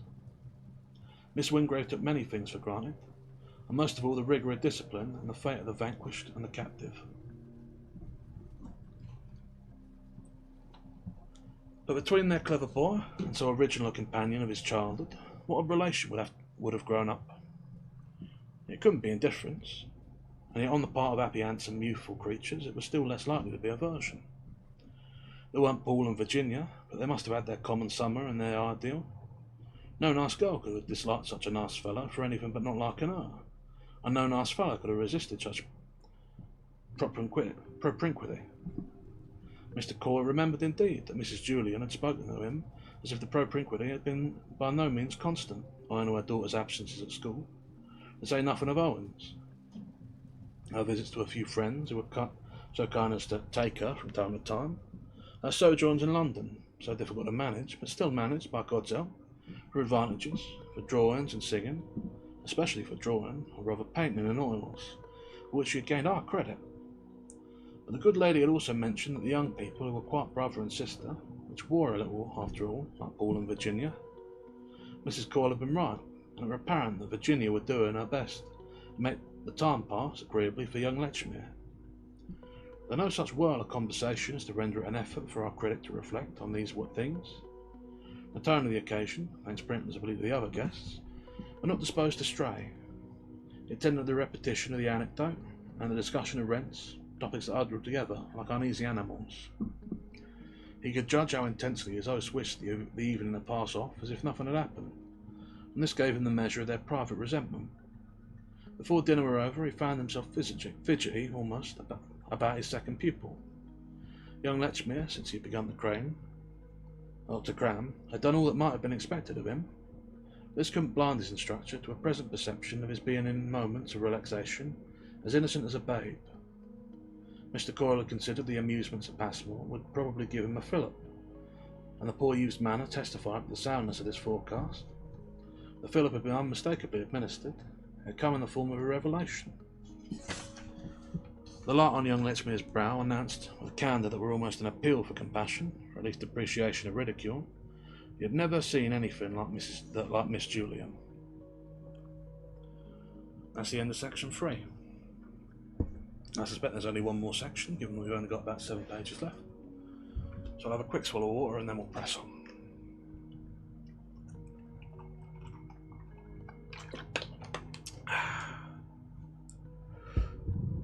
Still, at least there are some, at least implied ghosts.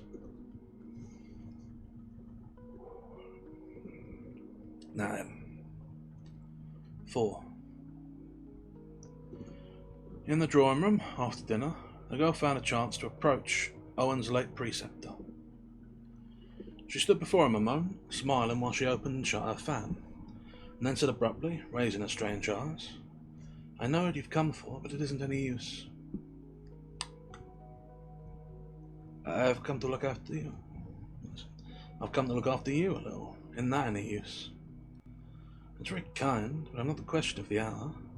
I don't do anything with Owen." Spencer Coyle hesitated a moment. What will you do with his young friend?"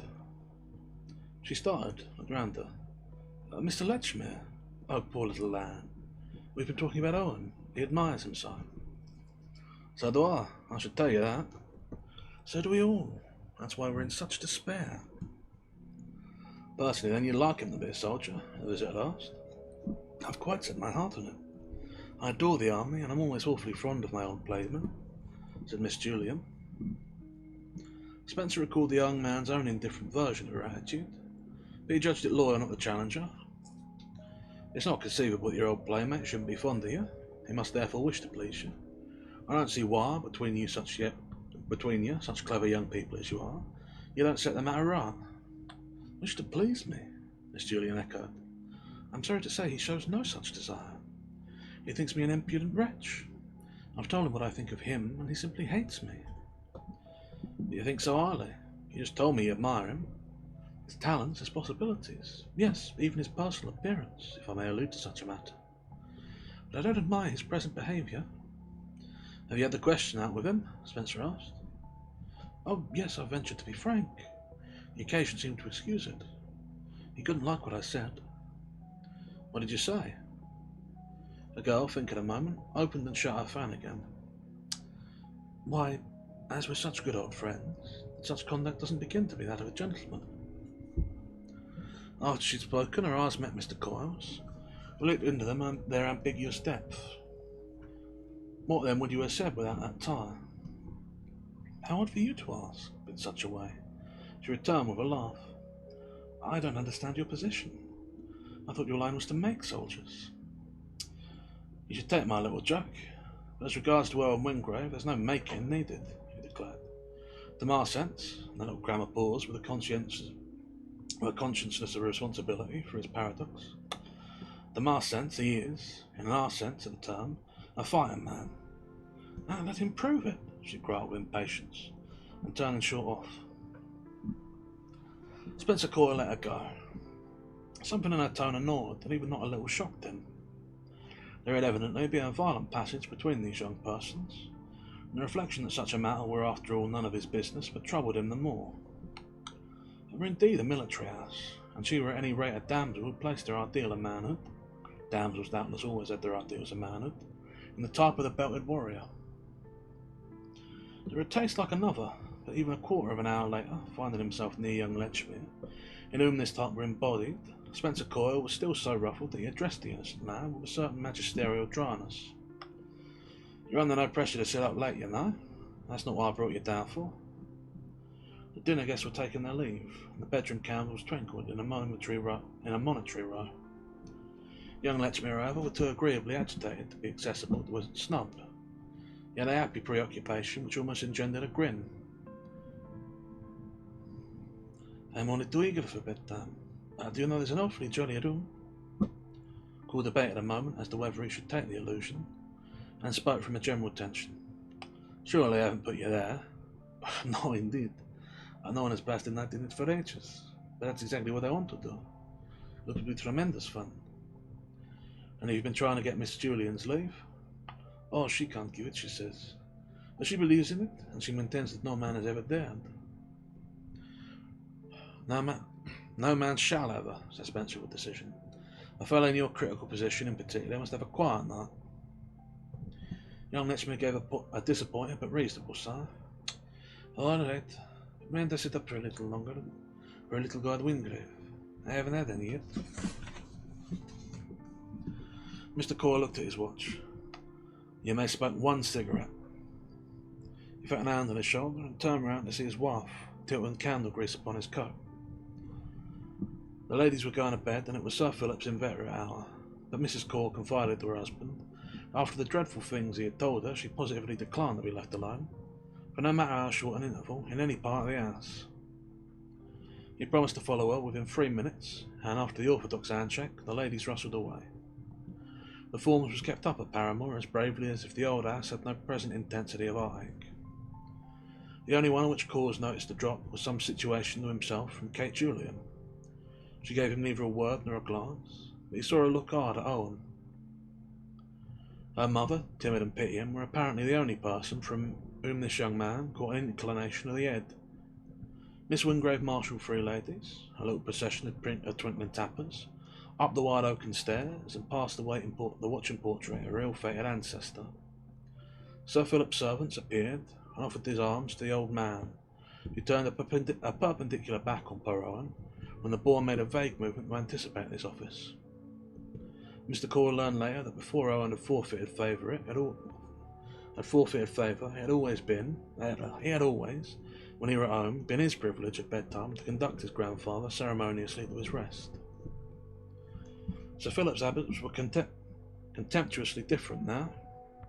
His apartments was on the lower floor, and he shuffled stiffly off to them, with his valet's help, after fixing for a moment significantly on the most responsible of his visitors the thick red ray, like the glow of stirred embers, that always made his eyes conflict oddly with the mild manners. They seemed to say to poor Spencer, "We'll let the young scoundrel have it tomorrow." Might have gathered from them that the young scoundrel, who had now strolled to the other end of the hall, had at least forged a cheque. His friend watched him an instant, saw him drop nervously into a chair, and then, with a restless movement, get up. The same movement brought him back to where Mr. Core stood, addressing a last injunction to young Lechmere.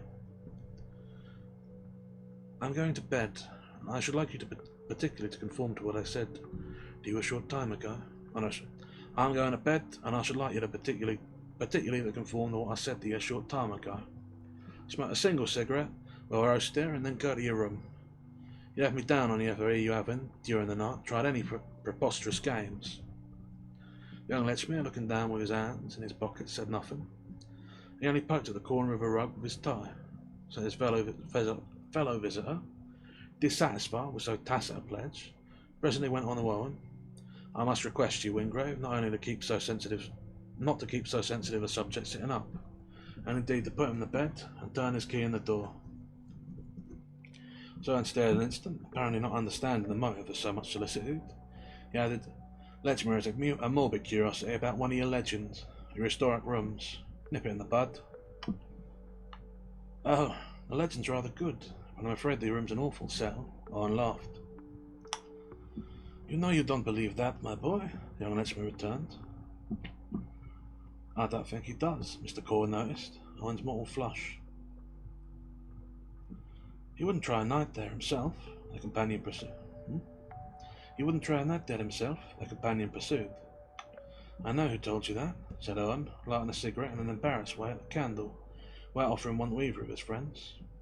"Well, what if she did?" asked the younger of the gentlemen, rather red. "Do you want to warrant yourself?"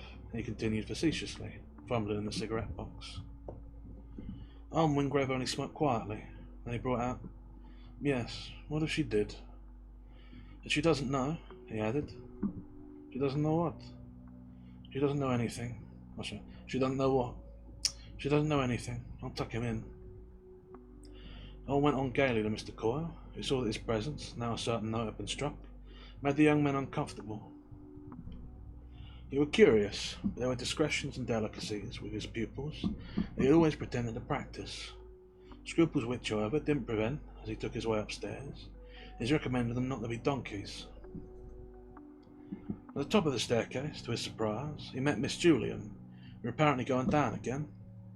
She hadn't begun to undress, nor was she perceptibly disconcerted at seeing him. She nevertheless, in a manner slightly at variance with the rigour with which she had overlooked him 10 minutes before, dropped the words, "I'm going down to look for something. I've lost a jewel." "A jewel?" "A rather good turquoise out of my locket. This is the only real ornament I've got the honour to possess." And she began to descend. "Shall I go with you and help you?" asked Spencer Coyle. She paused a few steps below him, looking back with her oriental eyes. "Don't I hear our friends' voices in the hall? Those remarkable young men are there. They'll help me." And Kate Julian passed down. Spencer Coyle was tempted to follow her, but remembering his standard of tact, he rejoined his wife in their apartment. He delayed, nevertheless, to go to bed, and though he looked into his dressing room, couldn't bring himself even to take off his coat. He pretended for half an hour to read a novel, after which, quietly, or perhaps I should say agitatedly, he stepped from the dressing room into the corridor. He followed this passage to the door of the room he knew to have been assigned to the young Lechmere, and was comforted to see it closed. Half an hour earlier he had noticed it stand open, therefore he could take for granted the bewildered boy had come to bed. Of this he had wished to assure himself, and having done so he went he were on the point of retreating, I should say. At the same instant, he heard a sound in the room. The occupant were doing at the window something that showed him he mightn't knock without the reproach of waking his pupil up. Jan lets me come in fact to the door in his shirt and trousers. He admitted his visitor in some surprise, and when the door closed again, the latter said, "I don't want to make you laugh at burden. I had it on my conscience to see for myself that you've not exposed to undue excitement." "Oh, there's plenty of that," said the ingenious youth. "Miss Julian came down again to look for the turquoise, so she said. Did she find it?" "I don't know. I came up. I left it with poor Owen." "Quite the right thing," said Spencer Coyle. "I don't know," Young lets me repeat it uneasily. "I left them quarrelling." "What about?" "I don't understand. They're quite a pair." Spencer turned it over. "You have fundamentally principles and our decencies. What he had in particular just now were curiosity, or rather, to recognise it for it were, a sympathy which brushed them away." "Does it strike you that she's down on him?" he permitted himself to inquire. "But rather, when she tells him he lies." "What do you mean?" "Right before me. It made me leave them. It was getting too hot. I stupidly brought up the question of that bad room again, and said how sorry I was that I had to promise you not to try my luck with it. You can't pry about in that gross way in other people's houses. You can't take such liberties, you know," Mr. Cornet interjected. "I'm all right. See how good I am. And I don't want to go near the place," said young Letchmere confidingly. "Miss Julian said to me, 'Oh, I dare say you'd risk it, but—' And she turned and laughed at poor Owen. "That's more than we can expect of a gentleman who has taken his extraordinary line." I could say, Oh, thank you kindly for the raid. Mamonga Altosk. I appreciate it greatly. Hello, raiders. You've just come in right near the end of Owen Wingrave by Henry James, which is our story of the night, which we are reading. Oh, thank you kindly for the follow. Mamonga Altosk has been bound to the library. I appreciate it very greatly. Yeah. Hello. I do appreciate you raiding in. Thank you very kindly. Oh, and Gwendolyn Oberon, thank you very kindly yourself as well. I appreciate it. I presume the two of you was together. Might I ask as to what you're up to? Hello, Violet Vitulia. I appreciate all of you. Thank you for trying to shout people out. I do not think I have that set up properly, but I do appreciate it. Thank you very much to both of you. I appreciate you doing so. Yeah, I hope that yeah.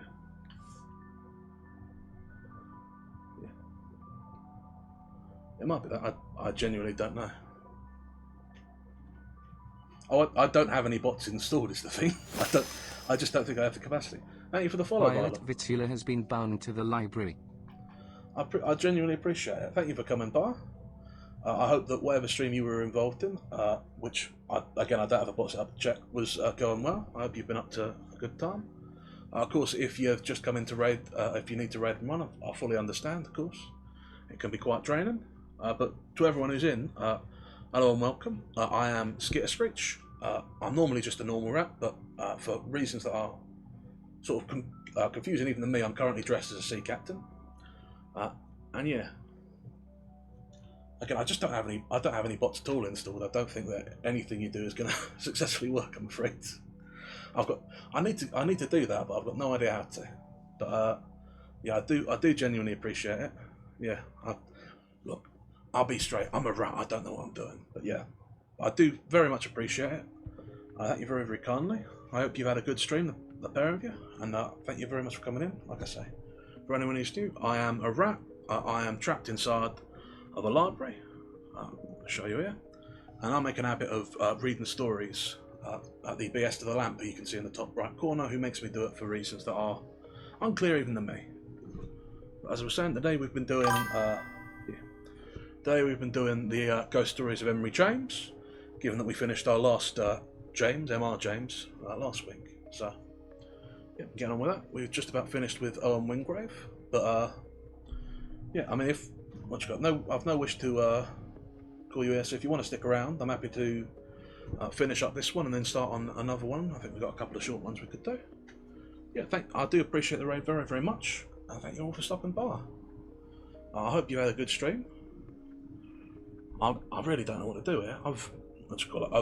I've never really had many raids going on, so I don't really have a pattern set down, but I'm genuinely very appreciative of it. But yeah. Whew. Yeah, if you want to stick around, I do just do stories. There's not a lot of action going on, but yeah. If you want to stick around at least for the last couple of pages and get a sense of how things are, and then decide if you like me. I do genuinely appreciate it. And again, if you need to raid and run, I fully understand. And I hope you've had a good stream yourselves. Yeah, I'll take this over to you and have a swallow of water.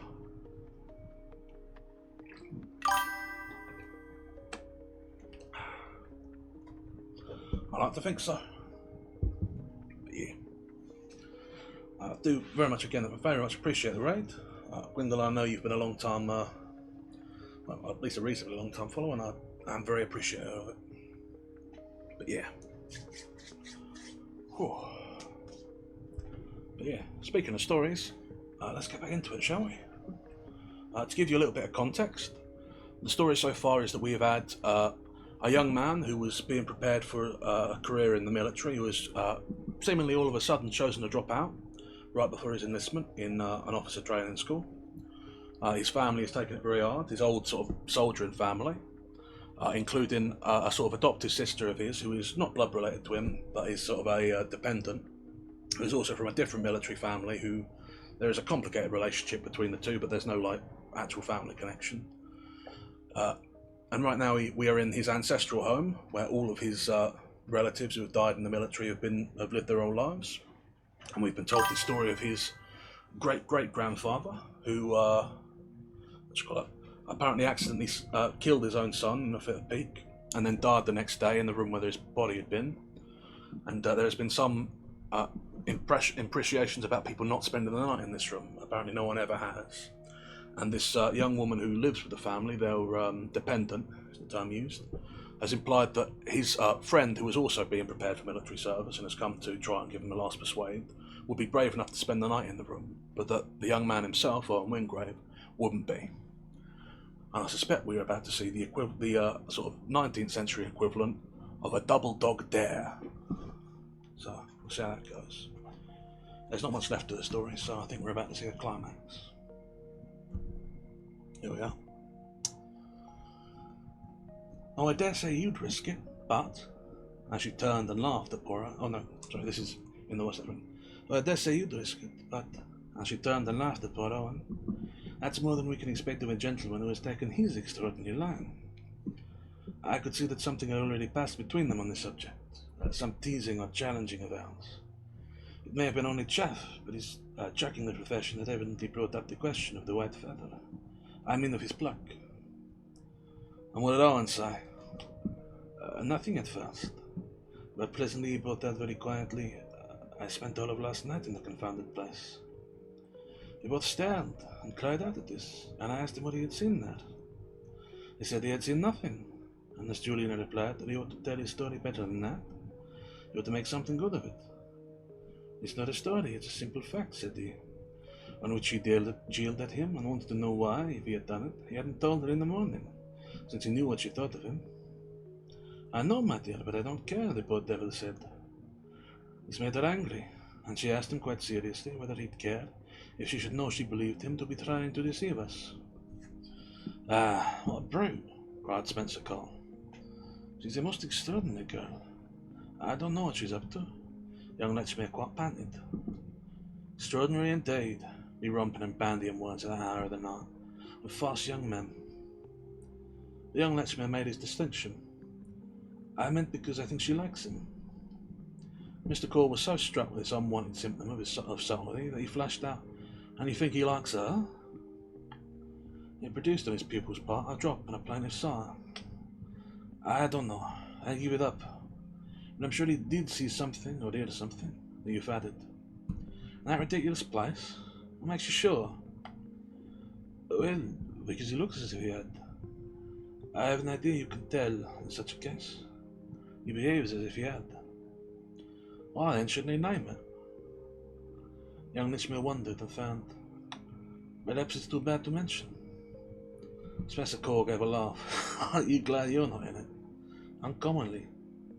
Go to bed, you goose, Spencer said with renewed nervous derision.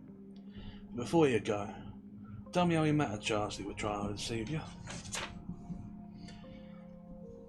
Take me yourself and lock me in. And did she take him? I don't know. I came up. He exchanged a long look with his pupil. I don't think they're in the hall now. Where's Owen's room? I haven't the least idea. Mr. Core were at a loss. He were in equal ignorance, and he couldn't go about trying doors. He bade young Letchmere sink to slumber, after which he come out in the passage. He asked himself if he should be able to find his way to the room Owen had formerly shown him, remembering that in common with many of the others, it had its ancient name painted on it. But the corridors of Paramore were intricate. Moreover, some of the servants would still be up, and he didn't wish to appear unduly to prowl. He went back to his own quarters, where Mrs. Core soon noted the continuance of his inability to rest. As she confessed for her own part, in the dreadful place, to an increased sense of creepiness, they spent the early part of the night in conversation, so that a portion of their vigil were inevitably beguiled by her husband's account of his colloquy with little Letchmere, and by their exchange of opinions upon it. Toward 2 o'clock, Mrs. Core became so nervous about their persecuted young friend, and so possessed by the fear that the wicked girl had availed herself of his invitation to put him to an abominable test, that she begged her husband to go and look into the matter, at whatever cost to his own tranquillity. But Spencer, perversely, had ended, as the perfect stillness of the night settled upon them, by charming himself into a pale acceptance of Owen's readiness to face God knew what unholy strain. An exposure the more trying to excited certain sensibilities, as the poor boy had now learned, by the ordeal of the previous night, how resolute an effort he should have to make. I hope he is in there, he said to his wife. It puts them all so hideously in the wrong. At any rate, he couldn't take on himself to explore an house he knew so little. He were inconsequent. He didn't prepare for bed. He sat in the dressing room with his light and his novel. He waited to find himself nod. At last, however, Mrs. Core turned over and ceased to talk. And at last, too, he fell asleep in his chair. How long he slept he knew afterwards only by computation, which he knew to begin with, whether he had started up in confusion and under the shock of an appalling sound. His consciousness cleared itself fast, helped doubtless by a confirmatory cry of horror from his wife's room. But he gave no heed to his wife. He had already bounded into the passage. There the sound were repeated, with the help of a woman in agonised terror. It had come from a distant quarter of the house. The quarter was sufficiently indicated. He rushed straight before him, the sound of opening doors and alarmed voices in his ears, and the faintness of the early dawn in his eyes. At a turn of one of the passages, he came upon the white figure of a girl in swoon, on a bench, and in the vividness of the revelation he read as he went that Kate Julian, stricken in her pride, too late with a chill of compunction for what she had mockingly done, had, after coming to release the victim of her derision, reeled away, overwhelmed from the catastrophe that was her work. The catastrophe that the next moment he found himself aghast at, on the threshold of an open door. Owen Wingrave, dressed as he had last seen him, lay dead on the spot on which his ancestor had been found. He ruled the young soldier on the gained field. And that's the end of Owen Wingrave. In more ways than one, I suppose. So, let's give a little account of that then, while we have the moment. I'll have a quick swallow of water first. It's an odd story, I'm told. The body of it doesn't really relate to the haunting. You don't really hear about the ghost coming into it until the third little section of it. About more than halfway through the story. Well, that seems to be the climax. For all it's called a ghost story by the by the spine of the book, or the cover, I should say. The ghost story part strikes me as tangential to the real point. I spent a lot of time dwelling on the British military tradition, on the nature of soldiers and the men who die, dedicating their whole families to the tradition of military service. And Owen's refusal of his call, his rejection, is condemned by his family, his acquaintances. Indeed, only the man who's supposed to prepare him for military life accepts it, and even he kind of reluctantly and uncertainly. And it's so he's derided for this dislike, so called a coward, that he pushes himself to a dangerous and extraordinary dare, which leads him to the same sad fate, though not exactly the same, I suppose, but to a death that is pretty clearly mimicked and referenced as being alike to that of the soldier on the field. Senseless tragedy, I suppose. Very much an anti-war story. But a nice little haunted house as well. Can't complain. But yeah. Like I said, for those of you coming late, you missed quite a lot of the early stuff, which was mostly focusing on the history and traditions of the British military, on the preparations made by Owen Wingrave and his family for his entering the service, for his preparations for Sandgate, the military academy of which the cream of British officers have always been trained, of references to Napoleon, all this sort of thing. But yeah, still, rather a sad story. I don't really think I have too much to say about it beyond that. It's quite well contained in itself. Conveys a simple message and conveys it well. So, that being done, I think I said I'd offer you another short one since you come in so late. Let's see if we've got something comparably more short, shall we? Romance of Old Clothes, 17 pages, which is about half as long. It would still take us the better part of an hour. Jolly Corner, 29 pages, almost as long itself. And the Ghostly Rental is 29 as well. So, of these, the Romance of Old Clothes is the shortest, and in that it is not a short one. That being the case, if you'll forgive me for revisiting an old one, let's do one of the M.R. Jameses that I did the other day. Just to give you a little complete story, and still on the theme of ghostliness, if you're willing. Of course, if you're not particularly interested, you can always raid and run, but I will run through this one quickly. It's a very short one, only a 5-pager, but it's a pretty good one. Let me just go and get the volume.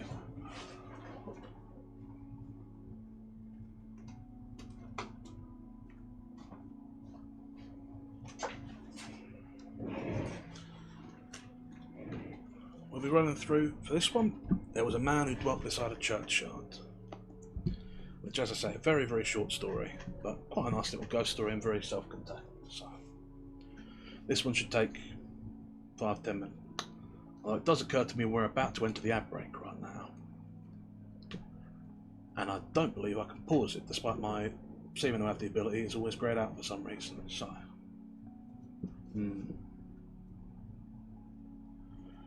well, hang on then. We'll let the ad break pass, and we'll do it in one sitting. It should be, I expect, no more than 10-15 minutes if you want to stick for it. But the ad break is coming up, so if you want to take a quick moment to go use the loo, grab a drink of water, grab something to bite to eat, this would be a great moment to do that.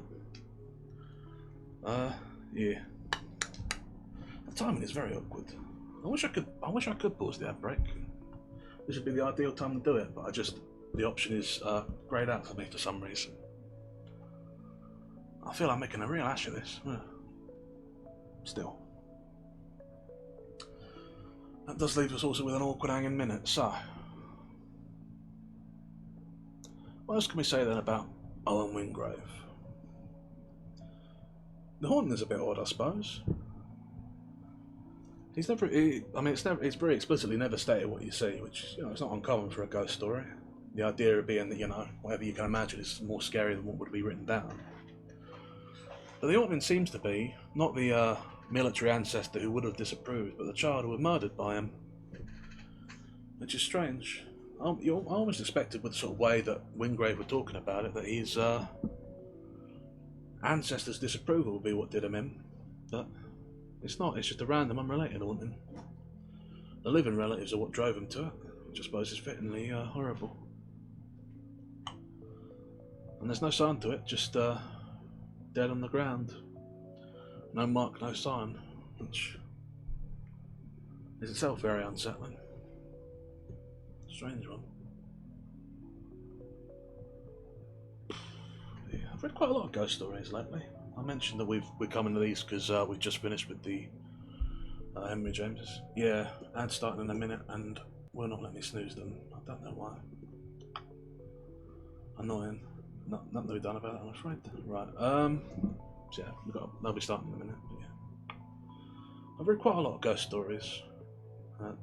And from this one's quite different from the M.R. Jameses, because the M.R. Jameses read a lot like, well, most of them read a lot like accounts, the sort of things that a person might tell, as haven't actually happened to them. Whereas the, this first Henry James, at least, is very much structured more like a story, with a moral account behind it. But yeah. Anyway,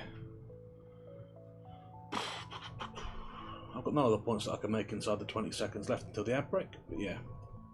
I do hope you'll stick around for our one last little short story, and then we'll break down. But yeah, again, I will say another thank you to Gwyn the Librarian, and of course to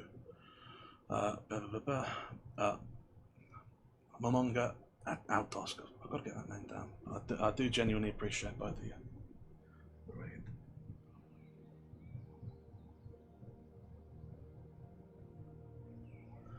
And now the ads is on, which I know sometimes doesn't take with people, and I know that anyone who's subscribed won't be hearing them. It's just now occurred to me that my pausing the story during the ad breaks to have a little natter maybe makes people less inclined to subscribe, because actually the ad breaks is still just fluffy for subscribers. Ooh, everything about my format is badly optimized for Twitch. Love to be doing it the worst anyone has ever done it. Well, that's fun, isn't it? Last little swallow of water then. But yeah, I'm enjoying doing the library. It's nice to see it fill out. I got my eyes on a few more Henry Jameses, which I think I'm gonna, since this shelf I'm on is already occupied by Emmett Way, I think they're gonna start going below. Unfortunately, the shelf underneath, the two now that are filled with M.R. James and Henry James is a sort of collapsed shelf, so I'm going to have to stack them awkwardly. But we'll make it work.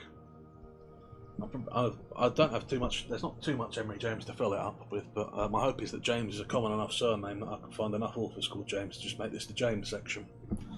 Make the whole thing an abominable mess. You know, for my own edification. Can't have a library too well organised, can you? Yeah. I'm sure that obviously those of you who were here yesterday will have heard I just got Man Dwelt by a Churchyard, so if you want to run out now I won't blame you, but I do want to I always feel bad if someone comes in right at the end of the thing and there's nothing for them, so just going to do it briefly. We'll give it a nice dramatic read if you do want to stick around and try and give it some verve. But yeah.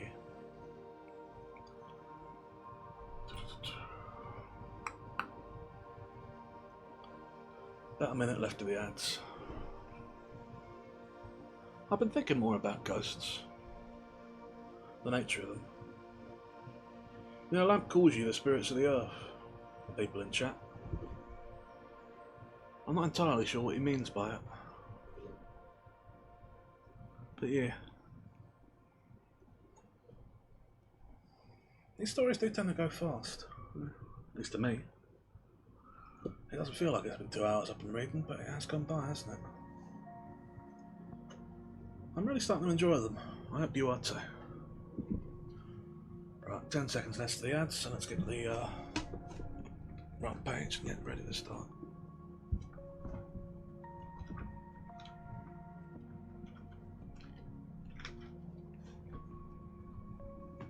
Alright, that should be the ads ended, so... Like I said, this is quite a short one, so we'll do a nice quick reading. But I do appreciate you stopping by, so we'll give you at least one whole story. There was a man dwelt by a churchyard. This, you know, is the beginning of the story about sprites and goblins, which Mamillus, the best child in Shakespeare, was telling to his mother the Queen and the court ladies when the king come in with his guards and hurried her off to prison. There's no more of the story. Mamillus died soon after without having a chance of finishing it. Now what would it going to have been? Shakespeare knew, no doubt, and I will be bold to say that I do. It were not going to be a new story. It would be one which you have most likely heard, and even told. Everybody may set it in what frame he likes best. This is mine. There was a man dwelt by a churchyard.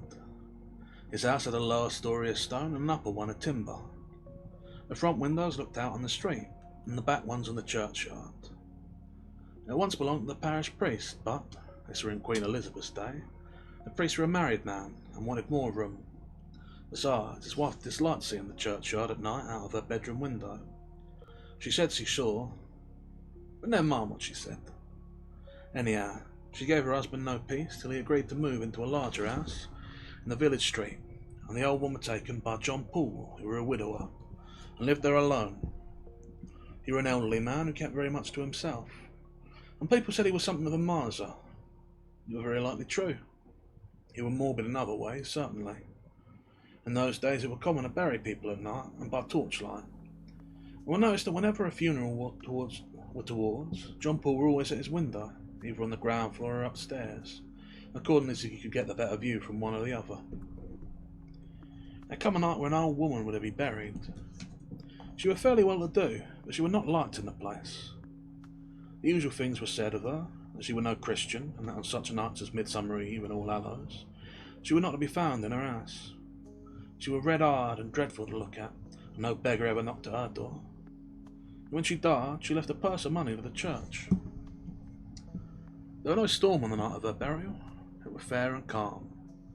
But there was some difficulty about getting bearers and men to carry the torches, in spite of the fact that she had left larger fees than common for such as did the work. She was buried in Woolham without a coffin. No one were there but those who were actually needed, and John Poole watching from his window. Just before the grave was filled in, the parson stooped down and cast something upon the body, something that clinked, and in a low voice he said words that sounded like, "Thy money perish with thee." And he walked quickly away, and so did the other men, leaving only one torchbearer to light the sexton and his boy while they shovelled the earth in. They made no very neat job of it, and the next day, which was Sunday, the churchgoers was rather sharp with the sexton, saying it was the untidiest grave in the yard. And indeed, when he come to look at it himself, he thought it was worse than what he had left it. Meanwhile, John Poole went about with a curious air, half exulting as it were, and half nervous. More than once he spent an evening at the inn, which were clean contrary to his usual habit, and to those who fell in to talk with him there, he hinted that he had come into a little bit of money, while looking out for somewhat a better house. "Well, I don't wonder," said the smith one night. "I shouldn't care for that place of yours. I should be fancying things all night." The landlord asked him what sort of things. "Well, maybe somebody climbing up the chamber window, or the likes of that," said the smith. "I don't know. Old Mother Wilkins that were buried a week ago today." "Come, I think you might consider a person's feelings," said the landlord. "It ain't so pleasant for Master Poole, is it now?" "Master Poole don't mind," said the smith. "You've been there long enough to know. He only says it wouldn't be my choice. I'd rather pass and bell, and the torches when there's a burial, and all them graves lying so quiet when no one's about. Only they say there's lights. Don't you ever see no lights, Master Poole?" "No, I don't ever see no lights," said Master Poole sulkily, and called for another drink, and went home late. That night, as he lay in his bed upstairs, a moaning wind began to play about the house, and he could not go to sleep. He got up and crossed the room to a little cupboard in the wall. He took out of it something that clinked and put it in the breast of his bedgown. Then he went to the window and looked out into the churchyard. Have you ever seen, in an old brass in a church, with a figure of a person in a shroud? It's bunched together at the top of the head in a curious way. Something like that was sticking up out of the earth in a spot of the churchyard which John Poole knew very well. He darted into his bed and lay there very still indeed. Presently something made a very faint rattling at the casement. With a dreadful reluctance, John Poole turned his eyes that way. Alas! Between him and the moonlight was a black outline of the curious hunched head. Then there was a figure in the room. Dry earth rattled on the floor. A low, cracked voice said, "Where is it?" And steps went hither and thither, faltering steps, or one walking with difficulty. It could be seen now and again, peering into corners, stooping to look under chairs, Finally, it could be heard fumbling at the doors of the cupboard in the wall. Throwing them open, there were a scratching of long nails on the empty shelves. A figure whipped round, stood for an instant at the side of the bed, and raised its arms, and with an hoarse scream of "You've got it!" At this point, His Royal Highness Prince Mamillus, who would I think have made the story a good deal shorter than this, flung himself with a loud yell upon the youngest of the court ladies present, who responded with an equally piercing cry. He were instantly seized upon by Her Majesty and Queen Hermione, who, repressing an inclination to laugh, shook and slapped him very severely. Much flustered, and rather inclined to cry, he were about to be sent to dead, but on the intercession of his victim, who had now recovered from the shock, he were eventually permitted to remain until his usual hour for retiring, by which time he too had so far recovered as to assert, in bidding good night to the company, that he knew another story quite 3 times as dreadful as that one, and would tell it on the first opportunity that offered. And that's the end of M.R. James's There Was a Man Dwelt by a Churchyard, which is a short but rather sweet little ghost story. And true to M.R. James's assertion, it's not actually the only version of that story we have had before. I have read an account of a very similar story, which was suggested by Mark Twain in his Guide to Oral Storytelling, though I rather like Twain's version less, given the somewhat racist dialect he puts it into. But yeah, that's about the long and short of it though.